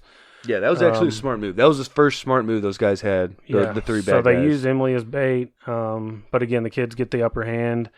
And then we think they're out of the woods, and then Snyder's right-hand man, and the big dude from, what was he in, Bloodsport? Bloodsport, and he was he's just that, he looks like he would be a Bond villain, like the number 2 to a Bond villain. Just a big, like, just stocky Asian nothing dude. but like meat, like just a big stocky dude that says like, I think he said 2 words, and what was it, like, hello Betty's or something weird. Come here, babies, or something like that. Yeah, like we were thinking the whole time, like, does this guy speak? And then he finally did, and then he's just in there like wrecking dudes. So the kids get kidnapped. They get taken to a ship where Snyder is about to ship off some warheads. Yeah, and he's like missiles or something. he's like an arms dealer. Yeah. So, and of course, Dad and Mom come home. The kids aren't there. Grandpa shows up and says, Grandpa looked like a fucking dementia patient when he's stalking the neighborhood in full ninja gear with like a katana stick, and then you just see him in the smoke. I was like, who the fuck is this guy? And then he just walks out of the shadows like, where are the boys? We've got to find them. I was like, God damn it, Grandpa. You are losing it, man. So, and then it becomes a debate between the dad and Grandpa, and the dad wants to do the classic FBI thing and storm it with 100 men, and the Grandpa's like, no, he wants me. I need to go fight him one-on-one. So the boys are in the ship, and they're in a cell, and of course they break out. With like a Benny Hill-esque breakout. Yeah, they pretend somebody's on the phone, and the guard comes in, and they whack him over the head with the phone. He was winding it up, and then just doing, hits him, and he goes, oh, it's for you. Hits him, and they just sneak out. Like, it's that easy, apparently, to escape from ninja-controlled jail cell on a cargo ship. So they do more ninja stuff, and they're kicking butt. Ninja stuff. And then eventually, they meet up with Grandpa, and it all leads to the big showdown at the end, with Grandpa and Snyder, one-on-one, mano-a-mano. Snyder says, if I win, I'm going to kill you, and if you win, the boys can go free, but I'm probably still going to kill you. Yeah, he's very straight up with it. Yeah. I respect. He's calls to the point. He calls it. So a fight breaks out. Grandpa, again, he's like little Yoda with those moves. Yes. Like agile little guy standing the test of time. I don't think he had a stunt double at all. No, especially that double backflip. Not at all. Not at all, man. 67 years old. God, that was impressive. But in the end, Grandpa gets the best of him. After Snyder pulls a blood sport, that was moves straight out of Bloodsport. Totally. Throws some dust in his... Some sand or some kind of powder in his face. And then Tum Tum gives him some jelly beans, and that's how he gets the upper hand. He shoves him down his throat. And, he gets him down. He's about to finish him off, and then he decides not to because he's the bigger man. And then Snyder grabs that machine gun and is about to blow them all away, and then Dad finally comes in. Dad finally shows up. He knew where his kids were the whole time, and he waited until their life was in absolute peril before he did something. But yeah, so that was Three Ninjas.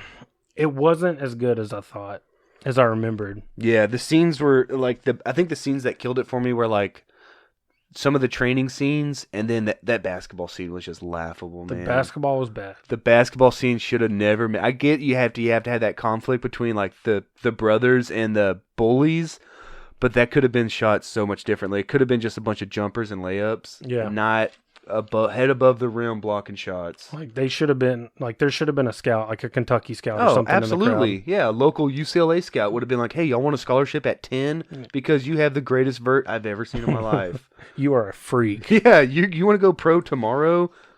So I don't know.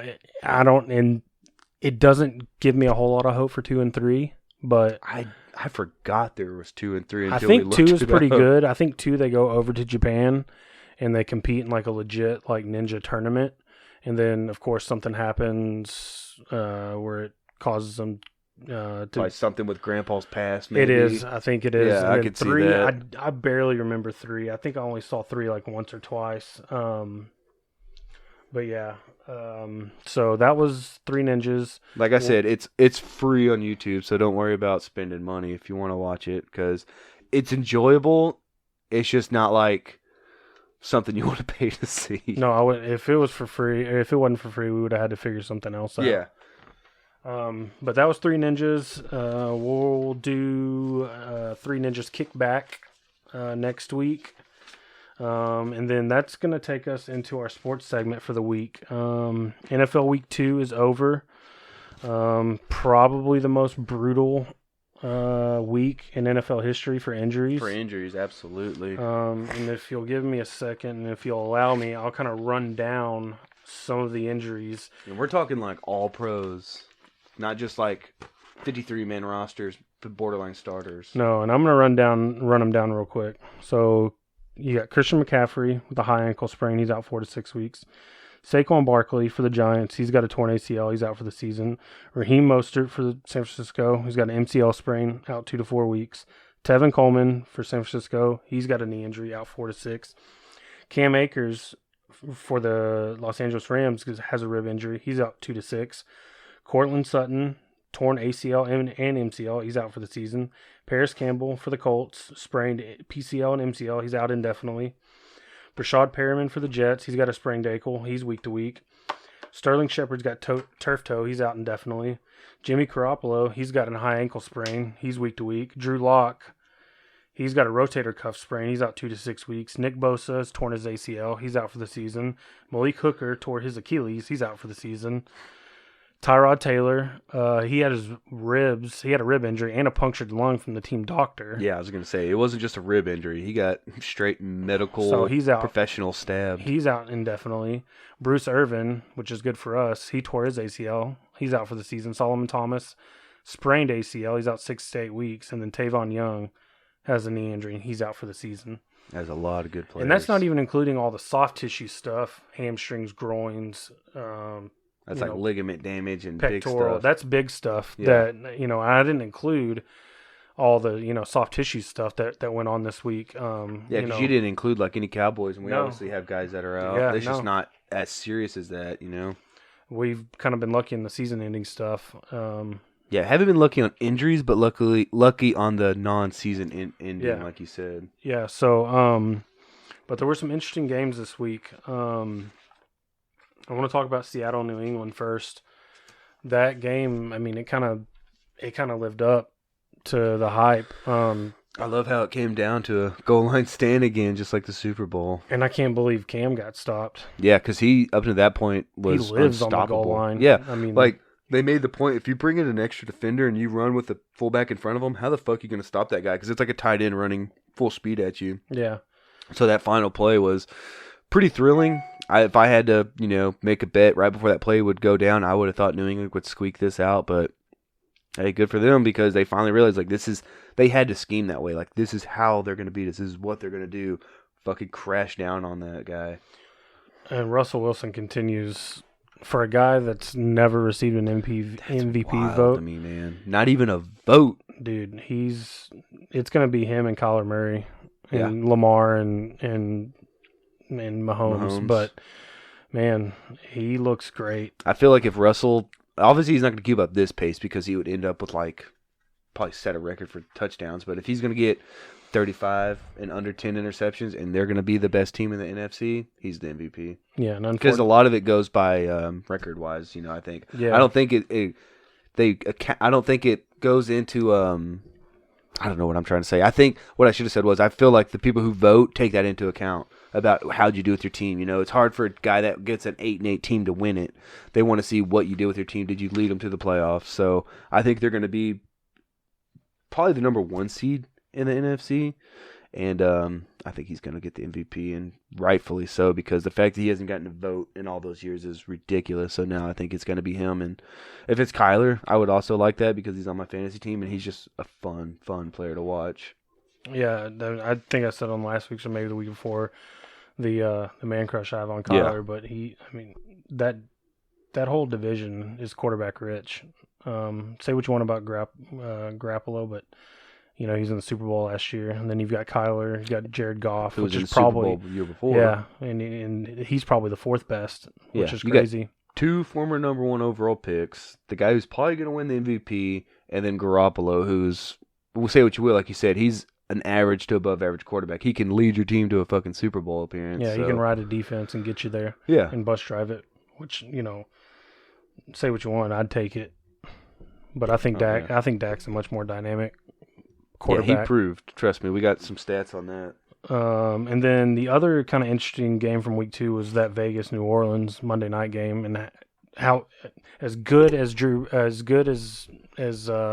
Russell Wilson looked, Drew Brees probably looked that bad.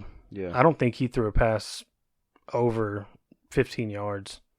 Well, I mean, very few. And that's how they live and die on their dynamic offense. And I understand Thomas is out, but you still got Kamara. They got Emmanuel Sanders. Emmanuel Sanders is who they just signed in, and they have always had weapons. It's like they just, I don't know, man. Is it time for Breeze to? He's not going to retire this year, like during the year, but is it? You think this is his last big hurrah, his last ride? He's got to have this year, maybe next. Yeah, maybe next. He's I think he's had a history of shoulder injuries and kind of shoulder issues. Isn't I think that that's what forced stopped him from signing with Miami when he left San Diego? Wasn't his shoulder issue? Yeah, like 15 years ago. Yeah, they saw the shoulder thing, but it's just father time. Yeah, that's what it is. Because obviously, 15 years later, the shoulder's fine when you think he's thrown for like 50,000 plus yards. So it's not the shoulder; it's father time. Yeah, and before we get to that crazy Cowboy Falcons game, do you find it interesting that there hasn't been one positive? You haven't heard of one positive COVID case come out of the NFL? It's absolutely mind-boggling, dude. I mean, not even. I mean, in every sport, you'd at least hear. Unless they're in a bubble, like basketball, soccer, hockey. We haven't heard much of that because that makes sense with the whole bubble situation. But, baseball's had to have numerous rescheduling and cancellation. College football. And even front office people. You'd at least hear about front office people catching, having positive cases. But you hear nothing out of the NFL, which is an organization that has had a past in keeping things hush-hush, going from, concussions and... there are other things, domestic violence. Like, remember when Goodell sat on that Ray Rice tape for however long until it was got too hot. I think TMZ got a hold of it, and we're finding all this stuff out about Washington. It seemed like for a while there, it was like every other week Washington was finding out new allegations about sexual assault. That's been going on with Snyder and cheerleaders for years. And if the NFL is just like any other business, it's a big fraternity of brothers that want to look out for each other and watch out their wallets. And it's like every other business in the sense that, I mean, the head, the CEO, the owner, whoever, they're gonna know. There's not anything that goes on in an organization. If you're a good owner or a good CEO or a good manager, there's nothing that's gonna go on in that organization that you don't know about. Or that you don't want to get out, that you don't want to get out. I mean, even in my work, I mean, I know everything that goes on.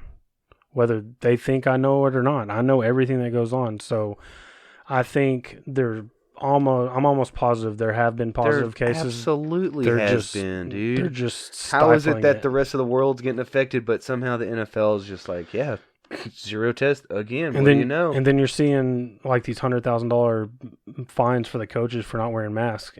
But my thing is, and this may be me coming from a place of ignorance, and tell me what you think, but if they're all getting tested, right, and they're all coming up negative, and the players aren't wearing masks, why do coaches have to wear it? And I'm guessing it's just the optics. Yeah, so on I heard TV, someone made that you want to look like you're cooperating. Responsible. Yeah, responsible. But I don't understand, why... If they're all around each other and they're all coming up negative, why they do a test, isn't it? Like just before the game, like they get tested. Yeah, because I think they're getting results back in 15 minutes, so they can get tested right before, and it's like, all right, you're all negative, but I need you to wear this. Which I get. Like, I wear my mask, when I'm out in public, so I get why you want to wear it. But like you said, if I can, you can guarantee me 100. Like we're negative, we're assuming right now. It's like, well, then why am I wearing this? And if I don't, I'm gonna get fined that much. And like you said, maybe it's just us speaking arrogantly because we don't know the whole story behind it, and maybe we just don't know all the facts. But I get what you're saying. If you can tell me we all got tested, we're all negative, hasn't been a positive test in how long? So there shouldn't be, and I guess now that I've talked it out and kind of put it out there, I guess it is all for optics, because it looks like they're being responsible. But if they're all negative, there's no reason to wear a mask. No, not.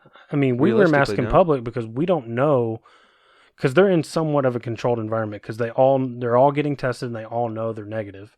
Like when we go to the grocery store, I haven't been tested. You haven't been tested. We don't know who's been tested. So that's why we wear masks, to protect other people. Because you don't know. Because you don't know and protect yourself. But in that situation, you do know. You do know. And it's supposedly these tests are accurate and you're giving us 100% truthful information. Yeah, and that's what I don't understand. I heard them on the radio today. They were like, why can't the coaches be like, hey, director of the game, quit put me on the fucking screen when I'm calling a play so they don't know if I'm wearing a mask or not, because unless the cameraman show the coach, us at home, we don't know who's wearing a mask or not. They're like, why don't y'all just stop showing all everybody? You know, that's another point going back to, and I do not want to go down this road, but with the whole kneeling and the anthem thing, like, why? What did you just do? Why televise it? Yeah. Well, you know, even before, I think or it was even up bring until the players out for it. Yeah, because up until I think it was after September 11th is when they started but players would come out for the national anthem to show support. But you know, before that, for decades before, the players would just stay inside. It would be somebody would come out and sing it, and then the players would come out. It was like after 9/11 when we were all wanted to show our, you know, unity and patriotism, that they were like, yeah, have the players come out. And now it just became such a hot button, whereas before no one gave a shit, you know? Guys would be inside like stretching or in the training room, and then they would come out after the singing was over. I just think that would be an easy solution. 100%, yeah. And it would save the NFL from all, you know, all this discourse and all this discussion around that topic. And they're losing viewership, and I think a lot of it is because of that. Hey, we're just going to keep the players inside, or we're not going to televise it, you know? It seems... I'm fine with that, man. It makes no difference to me. I get why people want to. I get why people get upset. But to me, it's... If you have the right to get upset, they have the right to do what they want during the national anthem, you know? But, yeah, like I don't know. I think we're going down a slippery slope. I don't want to go down and here, that's why I'm going to dig in and pull us back up. Okay. But I do think it's funny, like, even though the coaches that are wearing masks, like, they're so ingrained by habits that they're still putting their play sheets in front of their mouths. Like, you have a built-in, like, 100%. mouth cover. It's just habit. It's habit. Absolutely. It's funny watching the coaches, you know, you pull the play sheets up to their mouth. Real sneaky. But let's get into that nutso. I don't know, man. Was that the craziest game you've seen since... the only one I could think, and I had to look back, it was 2007, like week 5. Let me see. I got written it down somewhere. Yeah, week 5 of 2007 versus the Bills. Do you remember that game? The Monday night game. Yeah, because it came down to a field goal after this improbable comeback. But even that wasn't that crazy. Tony because Romo, we were down by like 12 going into the fourth. Tony Romo threw 5 picks that game. Which, you know, has the parallels of the turnovers. But I think that wasn't I just think with this game, we got in such a deep hole so early to where it was almost like, if you're going to turn the ball over 3 times and go for it on 4th and not convert it, you better do it in the first. You know, you don't want that shit to happen in the second half, because then it's over. So that was our only saving grace, was our shittiest. I put on here, man, this might have been the worst quarter I've ever seen. It was the last kind of shocking ending I've seen like that was it the Iron Bowl? When Auburn got the kickoff and the field goal where they caught the missed that's field goal. what it was, a field goal. And he ran it back like 109 yards. And that was after the Alabama kicker missed like 2, and then they put in a freshman, and all they had to do was like, I don't know, there was another, because they were tied, I believe, and it was like Saban could have taken it to overtime. So I remember that was just a wild situation, and that's where Auburn went to play the national championship and lost to Florida State that year, because they were such a team of destiny. Because they beat Georgia on a wild play like earlier in the year where it was like a tipped ball that just fell into an Auburn player's hands, and he took it to the house. And then this play happened, and I was like, you know, I remember that year specifically because I was like, Auburn's going to win, dude. It's a team of destiny. Like, they were meant to win this championship. Yeah, so that was Jameis Winston's team. It was that, and then I want to say maybe that Minnesota play in the playoffs, the Vikings. I think it was oh crap, Diggs caught it. I don't remember who whiffed on him, because they went for the big hit instead of just, he literally could have just waited for him to catch it, open field tackle, game over. But he wanted to just lay that hit immediately. So that was more of a bonehead play. Those 2 games really stick out in my mind. But as far as Cowboy games, this one was an accumulation to where it was like so many things. Because we'll get to it later, but I mean, there was so many things like that.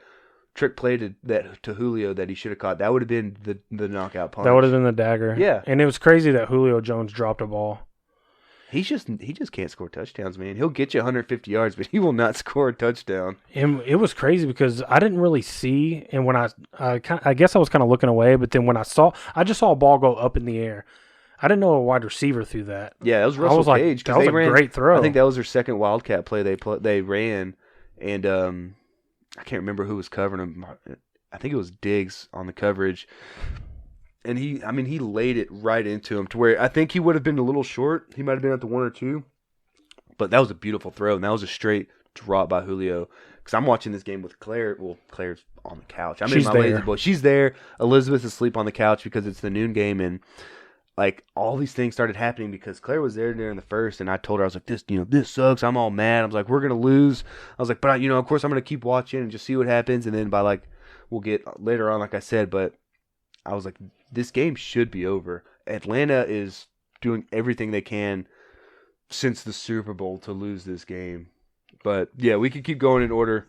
Because I put on here how the offensive linemen, it was apparent that we were missing both tackles, and it was crippling at times, man. I think Brandon Knight played a good game because I don't think he got a single call on him, and I don't think he gave up a single sack. But Steele on that other side. So, and I don't see why they just don't kick out Connor Williams to tackle like he played at Texas and either plug in Biotish or McGovern. Two guys that were relatively high picks. I think McGovern was a third-round pick. He didn't play all last year because of injury. I would love to see what he's got. Looney's not impressed me much. I know he's like a team rah-rah guy that people can get behind, but I would love to see what Biotish has, man. This line, right now, this line is a bad line. I mean, it's got to be something they're seeing in practice that we're not privy to. But I had written down that offensive line is a problem. They can't recognize blitz disguises. No, because I think a lot of that too might be on Looney because that's the center's job. A lot of that to have that head up and make those blitz and pick up those. And that's where we're missing Frederick. Yeah.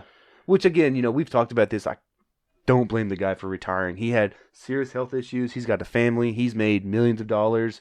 He proved that he's an all-time great Cowboy. He'll be in the Ring of Honor. I think he should be in the Hall of Fame because of that short career. He was so good in those times. It was like Gale Sayers or Terrell Davis. He was only had that bright star for 5-6 years, but he was like an all-pro almost every year. Yeah, no, I agree with you. But I think that's, like you said, the blitz pickups that's where it's hurting us. So maybe Looney's making those calls in practice, and we know we're shitty at disguising blitzes or not even running blitzes on the Cowboys defense. So when we get in a real game situation, it's just totally different. I'm going to kind of depend on you this segment with your notes because I got so frustrated I stopped writing notes. Well, but a lot of my notes were like hateful notes. I'll just run through them real quick. I wrote first 2 drives, 2 first down runs. I wish we would get away with that. The analytics show you that you have better chances of picking up positive yardage passing on first down. And then if you don't, which leads me to my second point, if you don't pick up good yardage on first down runs, you're setting yourself up for third and longs. And I wrote that was my second point, more third and longs. Third down is not a bad down if you can get it to third and manageable. Yeah, under 3rd and 5. Atlanta had a lot of 3rd and 4s, 3rd and 2s, and this is our Achilles heel. So far in the first two weeks is we're in these two, we're in 3rd and long on offense because we're running on first down. And I say that as good as Zeke is running the ball the best he has since his rookie year. Yeah, I can agree with that. And then Darryl Worley dropped a pick, and I wrote no defensive back should ever wear 28 for the Cowboys again because that's Darren Woodson's number. And then, I mentioned the offensive line being a problem. And then I just wrote sloppy play. Jalen blew that assignment on that Hayden Hurst TD. And he wasn't close. He was nowhere in the play. You could make a montage at the end of every game about him getting blown by someone or him misreading an angle or misreading a tackle. But what's crazy is he got graded out this week much better than he did week 1. Week 1 just he was on terrible. That Hayden Hurst play alone. And just he takes wrong angles. He thinks I'm going to power through this guy. I'm going to make this move. Or I can run around this guy. He thinks he's Notre Dame Jalen. He really does. Maybe because he and we probably enabled that as a coaching staff because I don't think he's held accountable. Like they need to tell him you did everything wrong there. You gave up that touchdown, or you left your assignment on that gap on that run play, and because you thought you were going to beat this guy at another angle and cut off the runner before you can get over the line of scrimmage, and all it did was leave open this gap right here between a guard and a tackle, and he took it 20 yards or whatever. Well, I'm hoping because I think the last 2 weeks we have seen an ability for McCarthy to make adjustments at halftime, which is something Yeah, Garrett down 29 never to did. 10. He made an adjustment, He never that's did. for sure. And then my last note, and I'll let you take back over. I put down 26-7, and we're still running the ball on first down. Yeah, that's stupid. Which maybe they knew something that we don't, and they didn't want to get away from their game plan. But in that situation, I think if there's ever a time to get away from the game plan and try something else, it's 26-7 in the second quarter. Yeah, that's when you mix it up a little bit and say, okay, now we're going to do something completely different because what we're doing ain't working. Well, I just had on there the kind of feeling what you missed, like the first fake punt we went for, which was like a pass. I don't mind that. It was just the execution wasn't there. Yeah, because they didn't see that. That gunner broke out of his stance and then just made a hard stop, came back like a legit wide receiver would. It was just a bad throw. So I get that one because they weren't expecting that at all. Well, those fakes, that you call those during the week in film room. Yeah. Because you see when something you see on the film. situation, we're going to do this. You see something on film like, okay, this gunner, he's not playing. He's just turning his head and running. Yeah. And so they saw it. Doing that, yeah. And they called it. And I think, I forget who it was. He slipped coming out of his break, plus the ball was short. The ball was low, so the slip actually kind of helped him, to be honest. Yeah. But the second one, to go for it on 4th and 5 and run it up the middle with a direct snap, that was fucking stupid. It was terrible. If you're going to go for it on 4th and 5, keep your offense on the field where you have all those weapons. Keep your offense on the field and let them run the 4th and 5. And if it's a 4th and 5, do you really think? Because I guess they were counting on the element of surprise. 4th and 5, I'm not running that ball. I want to have 11 personnel, or I want to have 4 receivers out and maybe bring Zeke in. I want to have options to where I can just space everything out and have Dak oversee everything and pick where he wants to go with it. I'm not going to have a set play like we're going right there, right up the middle for 5 yards. That's such an old school stupid mentality. The way to do it now is give yourself more opportunity by spreading it all out.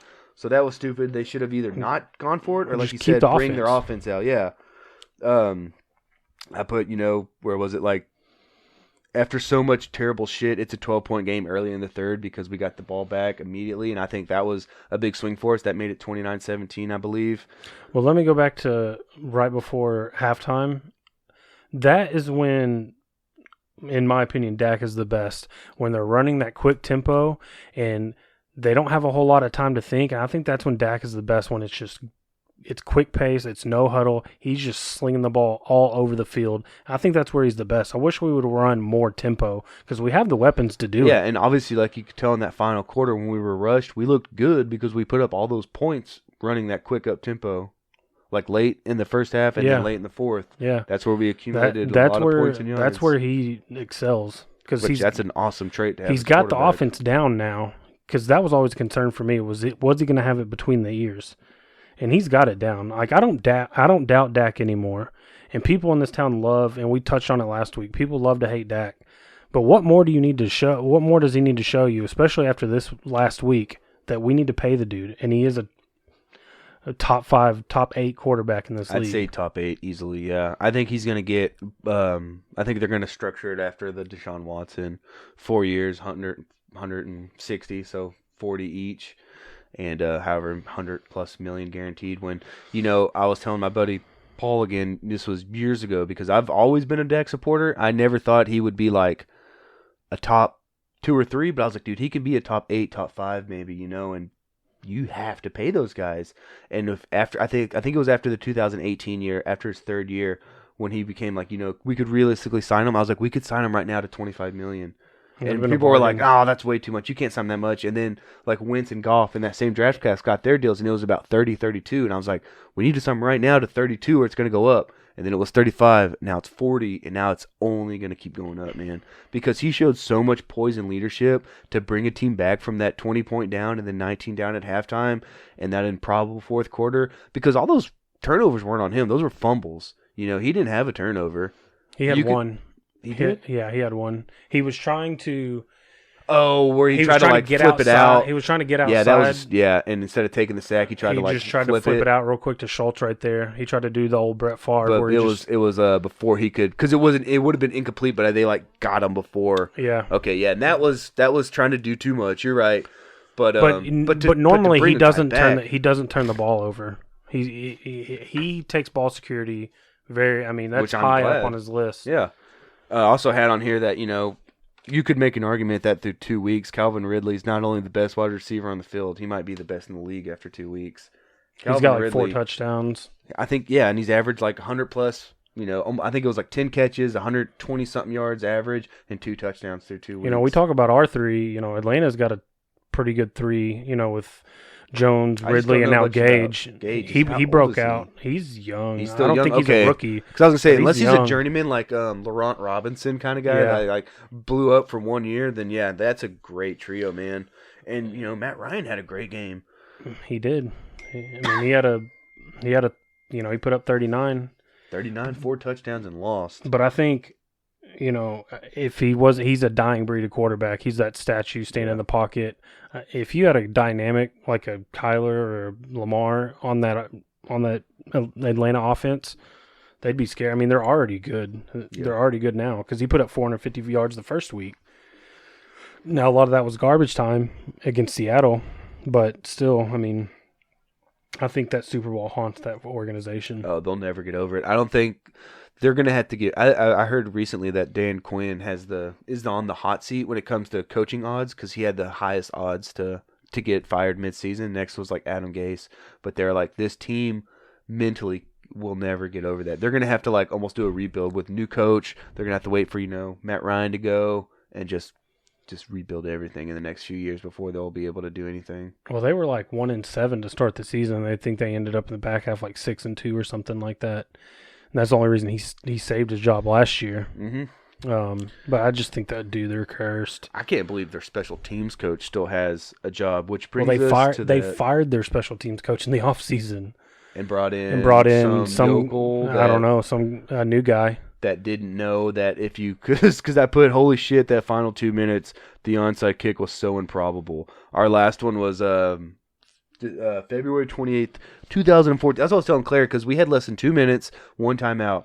And I was like, okay, yeah, we scored, but we're still down 9 because we went for that 2-point conversion. We didn't get it. So I was like, we're down 2. That's 9. That's 2 scores. And Claire, she doesn't know much about football. She's like, are we going to win? I'm like, probably not. I was like, we're going to have to get, because we just scored. I was like, we're going to have to get this on. Or yeah, we just scored to make it 37-39, 39-37. And I was like, we have to get this onside kick. If we don't get this onside kick, Atlanta's going to recover it, and they're going to run the ball out because I think we had 1 timeout. I was like, we can stop it 1 time, but they're just going to take knee after knee after knee, and it's over. You're going to run the clock out. And Zerline just laid the ball flat. No tee, he just laid it, the ball down. I've never seen anything like that. I've never seen that either. They said he's been working on that. And he used a pure soccer technique. You want to hit that ball to get the spin like that with your instep, but more towards your heel. So you can kind of hit it and kind of just nick it and get that spin. Yeah. And as soon as I saw that, not the ball placement, as soon as I saw the kick and where it was going, I was like, why aren't they attacking it? Yeah, that's what everyone was saying. Because you learned that in Pee Wee. Yeah, dude, that's the most basic thing, that the kicking team cannot touch the ball until either they touch it or it crosses 10 yards. If you're the receiving team, you can jump on it right now. Game over. Yeah. And so it's rolling, and I'm telling Claire, like, they're not getting on it. They're not going to drop on it. They're not going to land on it. We're going to get the ball back. We got the ball back. Holy fucking shit, we got the ball. And she's like, is that normal? No, that's not normal. I was like, all they had to do, they had like 4 guys out there. All they had to do was lay on it. And what's crazy is they didn't have Julio Jones on the outside. They had him more lined up on the inside. Like, he was the furthest most inside guy. And you saw Hayden Hurst backing up. And I'm like, are they just going to are they trying to let it roll out of bounds? I thought that would have been a flag, I guess. Yeah, I thought surely I was like, oh, that's what they're doing. Yeah, that would actually make a little sense, but it's still stupid. I don't think that's what they were doing. Yeah, they might have said that's what they, but yeah, that's improbable. That's stupid. I think they just didn't know the fucking rules. They didn't know the rules. Was it Arthur Blank, the owner? I saw he came out and said our guys must have not known the rules. He was like, and that's your owner. He made his money with Home Depot. He's not a football guy. He's rich, but he was the one saying like our guys just straight up didn't know the rules. And so when we got that, and then CeeDee Lamb had like a nice, was it like a 25, 30-yard gain, set up Zerline again for the, like, I was like, Greg the fucking leg, man. That onside kick, and then that was an easy kick to make, man. I think it was a 46-yarder with all the pressure in the world. Because, at that point, Claire's sitting up, she's watching with me, and I'm like, it literally comes down to this. Everything's on him. She's like, oh, I bet he's nervous. Yeah, he's really fucking nervous right now because it all comes down to him, and it was And he didn't have a good first game. He missed. I think he missed a 53. Yeah, 53-yarder, but his dick was slapping his kneecaps after they got that onside kick. I'm sure he was ready to drill this one. But that's why we paid the kicker money, to make kicks like that. So it was just one of the. I think I texted you because I was watching it behind. Yeah, we had a group chat going with some guys. I muted everything. And I was gonna start because me and you and Alex were texting, and I was gonna say some stuff, but I was like, Matt hasn't said anything about this yet, so I just texted Alex a little bit, and then the group chat. Obviously, everyone was because we're in a chat group with our fantasy league guys. Obviously, everyone's watching it live except for you. I'm sure you had something going on, so everyone's blowing up, and then you were like, "Don't tell me anything." But what the fuck's going on? And I was just like, this is the wildest game I think I've ever seen. And I think I told you when it was done, I think I hit every emotion. Yeah, it was a roller coaster, dude. Watching a football game. First thing, one of the last things I wrote was that was a roller coaster of emotions. Because I didn't want to tell you anything like, holy shit, man, just watch it, it's amazing. Because that would give it away. So I just want to say that was the wildest game. I tried to leave it It was incredible. I mean, I was screaming. It was one of those games where, sorry to cut you off, but if you weren't a diehard fan, you probably cut it off, dude. You're like, fuck this, turn it off, or I'm going to watch something else. Well, I guarantee you a lot of quote-unquote diehard Cowboy fans did turn it off. That's why it reminded me of that Week 5 game, because that's when we were living in Austin for a little bit, and our neighbor, who was he was from Coppell, and he was a diehard Cowboys fan, right? And we were watching that game. It was me and my buddy Zach. Zach doesn't give a shit about sports, but I watched that whole game, dude. 5 interceptions later, we watched, I think it was Nick Folk. Yeah, I remember Folk, yeah, that's when Folk, yeah, came out.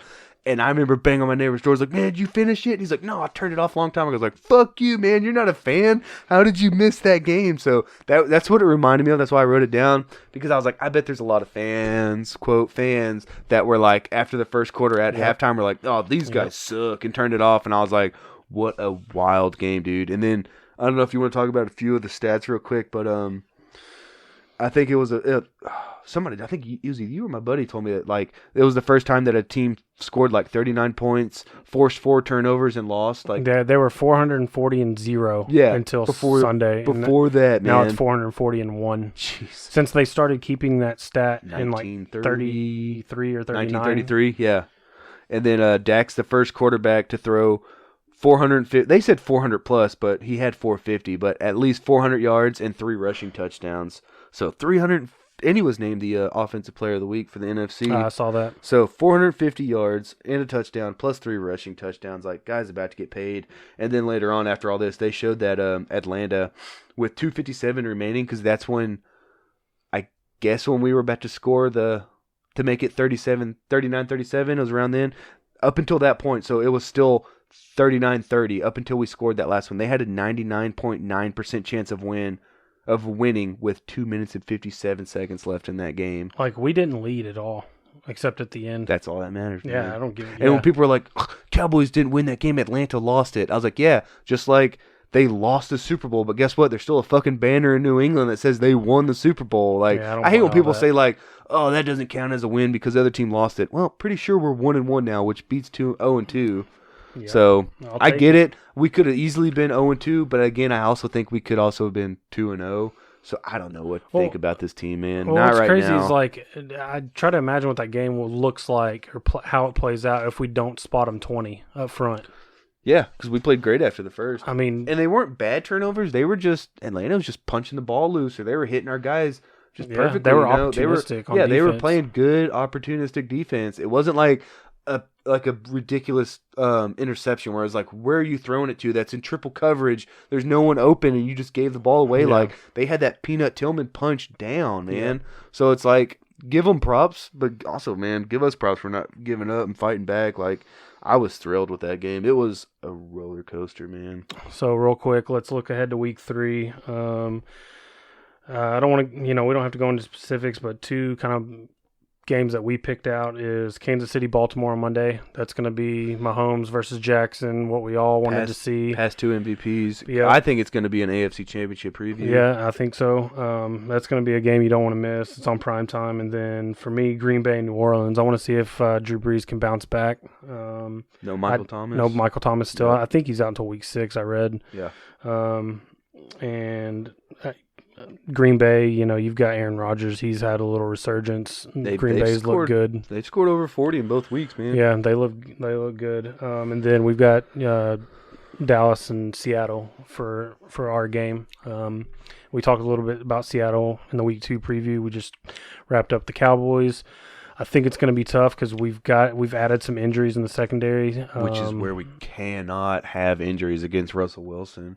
Diggs is banged up. Anthony Brown's out. I think this week you're going to see more Brandon Carr. I think Cheeto's banged up. Who's was it?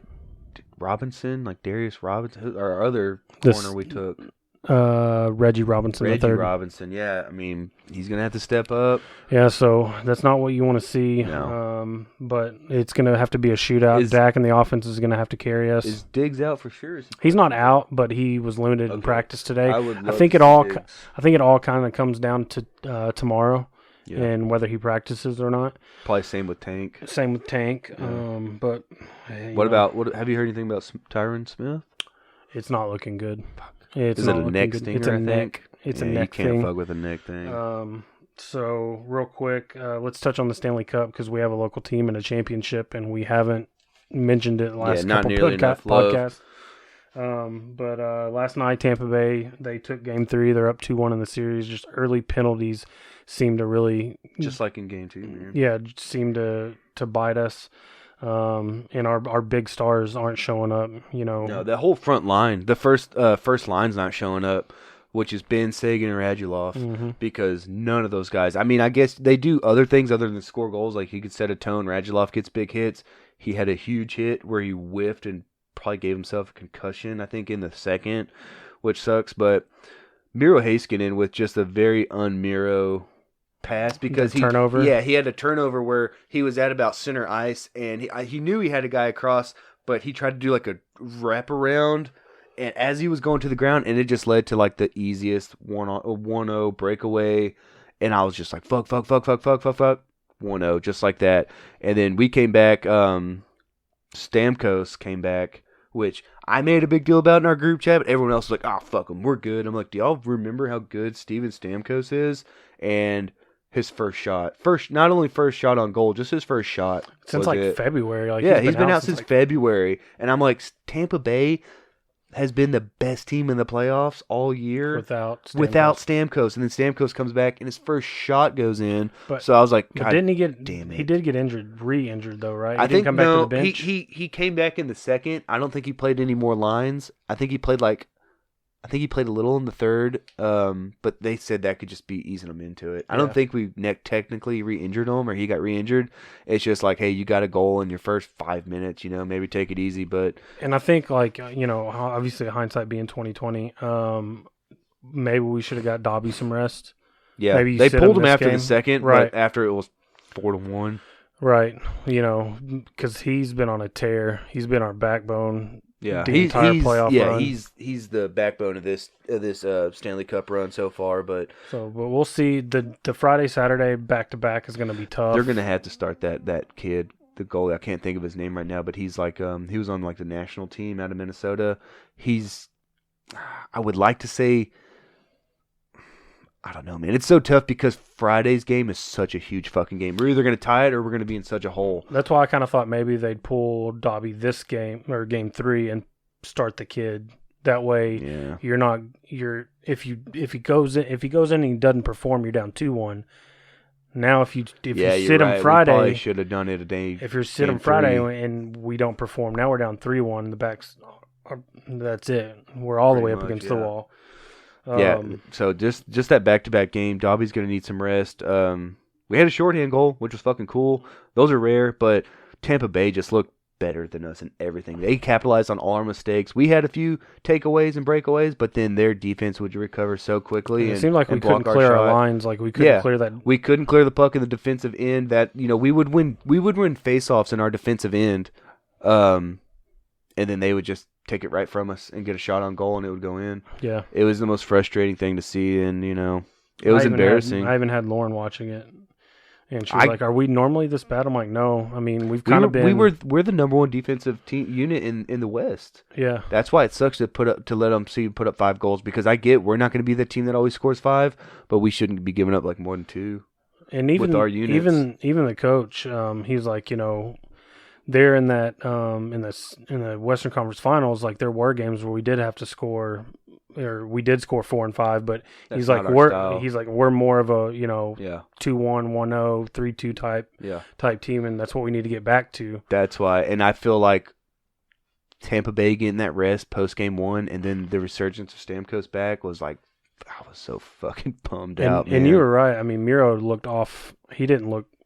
He obviously didn't have it. I mean, you can chalk that up to a lack of experience because he was our number 1 pick. I think he went like 3 overall in 2017. He's a young kid, dude. Yeah. He is only going to get better, and he's going to be so fucking good. Like, I love Miro, but in a big moment, he made a big mistake, and that kind of set the tone. That goal, and then quickly after that, the Stamkos. And when your captain comes back after like 7-8 months and makes a huge play like that in the finals, like that's gonna galvanize the whole team. And from that point, I was like, internally, I was like, it's fucking over. When Stamkos made that to make it, even though it was only 2-0, and Dixon tied it up, or not tied it up, but got that shorthand to make it 2-1. I was like, no, dude, they're playing with so much, passion right now, with fire, with their rest, and with Stamko back. And then, sure enough, dude, we got our buttholes just trucked the rest of the game. Yeah, so we got games 4 and 5 Friday and Saturdays, so it's going to be tight. It's going to be tight buttholes all over Dallas. Yeah, because we're either going to come out of this. We could fucking lose it this weekend, or we could come out on top. Yeah, we could come out with a series lead, or we could be going home. Shit the bed. Yeah, so tight butthole, like you said. I'll definitely be watching. All right, so that takes us almost to the end, and we're going to close it out with what are we watching and what are we listening to. For me, I've been watching, speaking of hockey, I've been watching the show Letterkenny on Hulu. Have you ever seen Letterkenny? I've seen a few episodes, man. It's Canadian. It's Canadian. It's good. It's really good. Don't get me wrong. I just know you and Ryan, I think, always talk about it. I think I got Ryan into it. I may not have, but me and Ryan, he's kind of the only one that gets my Letterkenny humor. But it's on Hulu. It's a Canadian show. It's a show about a small town in Canada and kind of the hijinks and stuff they get into. And there's obviously hockey involved because they are in Canada. But it's like really smartly written. It's really funny.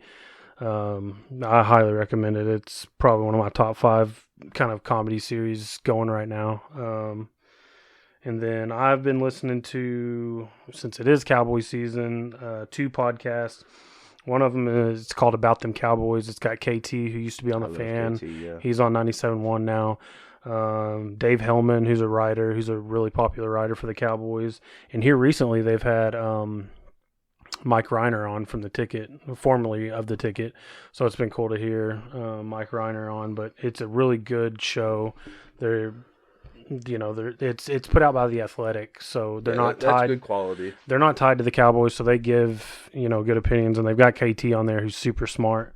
And then Hanging with the Boys is another Cowboys podcast, but that is ran out by DallasCowboys.com. Yeah. So, but it's Jesse Holley, who used to be on The Fan. I was wondering what Jesse's been up to. I always liked Jesse Holley. He works for. That's good that he's still working. He works for DallasCowboys.com. Cool. He's on Hanging with the Boys. Nate Newton's on there, and then Nate. and then 2 other. But really, I'm tuning in for Nate and Jesse because they play off each other. Jesse doesn't hold back. He kind of tells it how it is. Yeah, that's what I've liked about him, though, man. Yeah, so those are his experiences in life. Those are the 2 podcasts I've been listening to for Cowboys content, and then musically like MGMT, their first album, Oracular Spectacular. That's probably one of my top 5 albums all time, like favorite albums. High praise. No, it's very good. It's very, very good. I've been just jamming that this week a little bit whenever I've been, editing or working on research for the pod or whatever. So yeah. What have you been watching? Me and Elizabeth had our movie night Tuesdays as usual. We started Toy Story 4.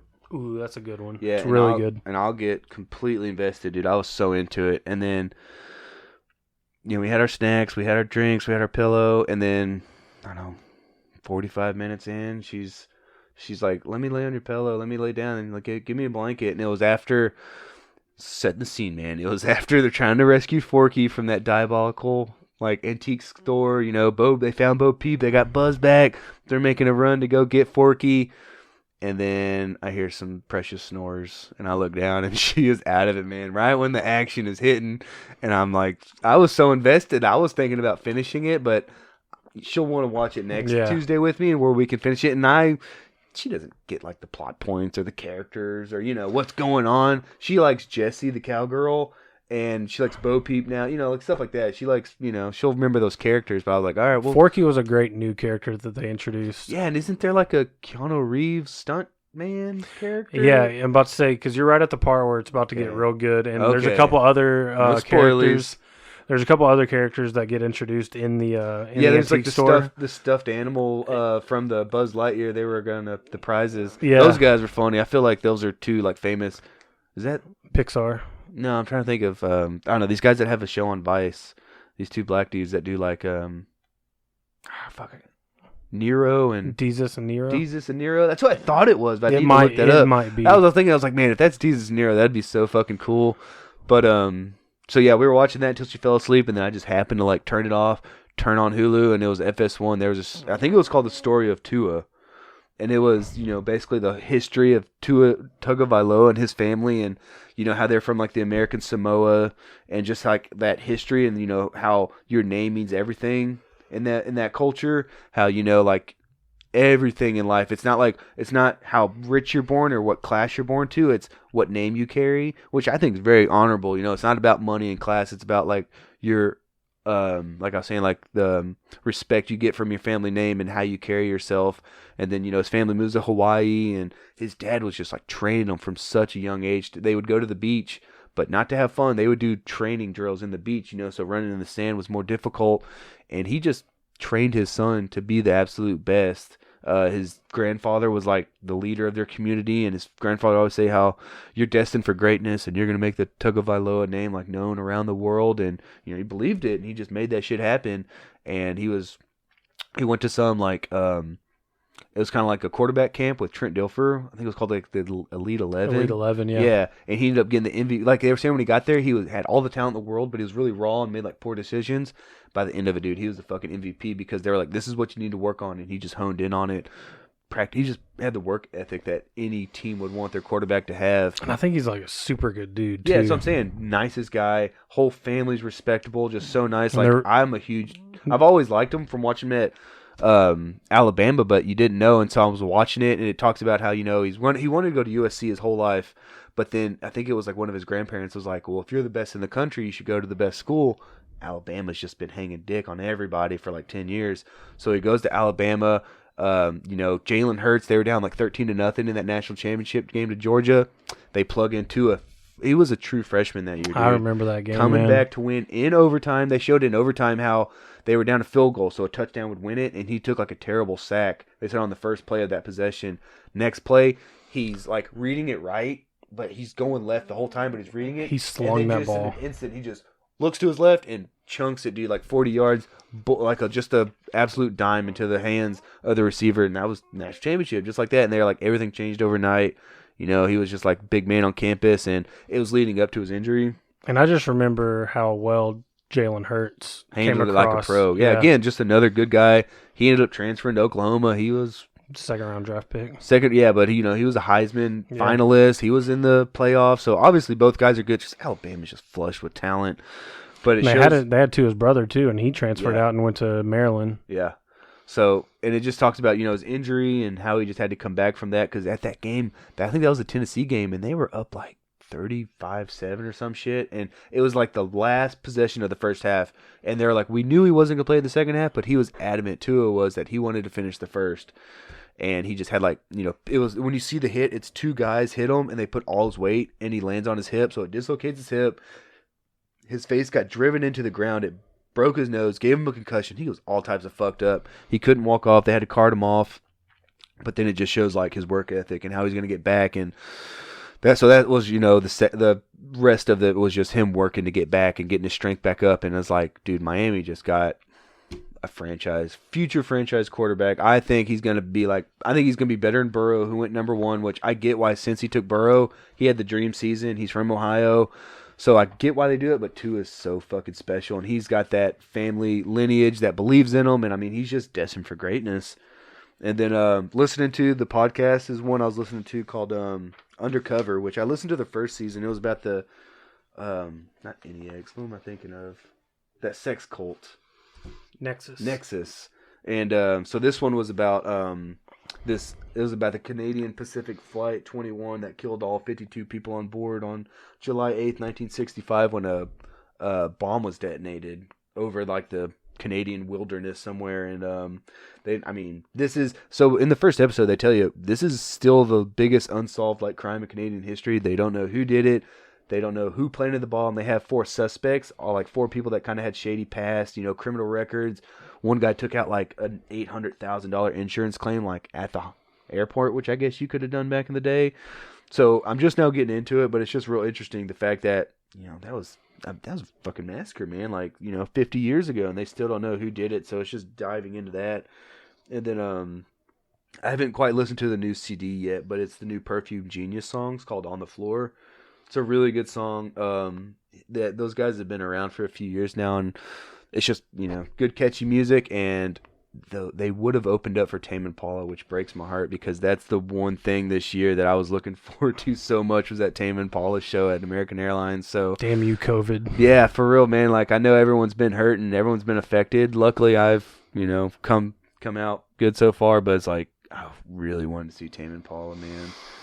Tickets were expensive, and we would have been in the nosebleeds, but it wouldn't have mattered because that would have been like, I'm thinking probably one of the best shows ever.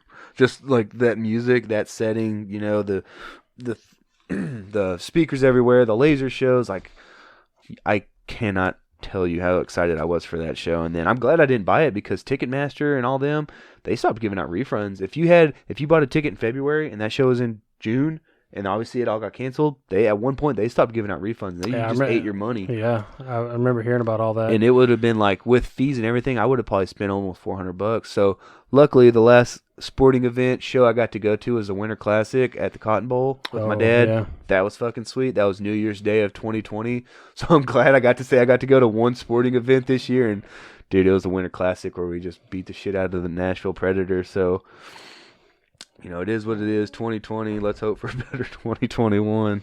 Yeah, I think we're going to end this year with a shot, and we'll just never speak of this year again. Nor should we. So, but I think that about does it for this episode. But before we let you go, I do want to remind you again, if you haven't done it, leave us a rating and a review on iTunes and Apple Podcasts. And if you have any feedback or any questions, please feel free to email us at thedadlabpod@gmail.com, and we'd love to hear from you. And we appreciate everybody who's been listening and writing in and giving us praise, and we really appreciate it. And thanks, Mom. Thanks, Troy. Our Troy. number one super fan. No, we really appreciate it while we're trying to get this thing to grow and get it off the ground. But we appreciate it. And for Matt. And I'm still Andrew. And we're out.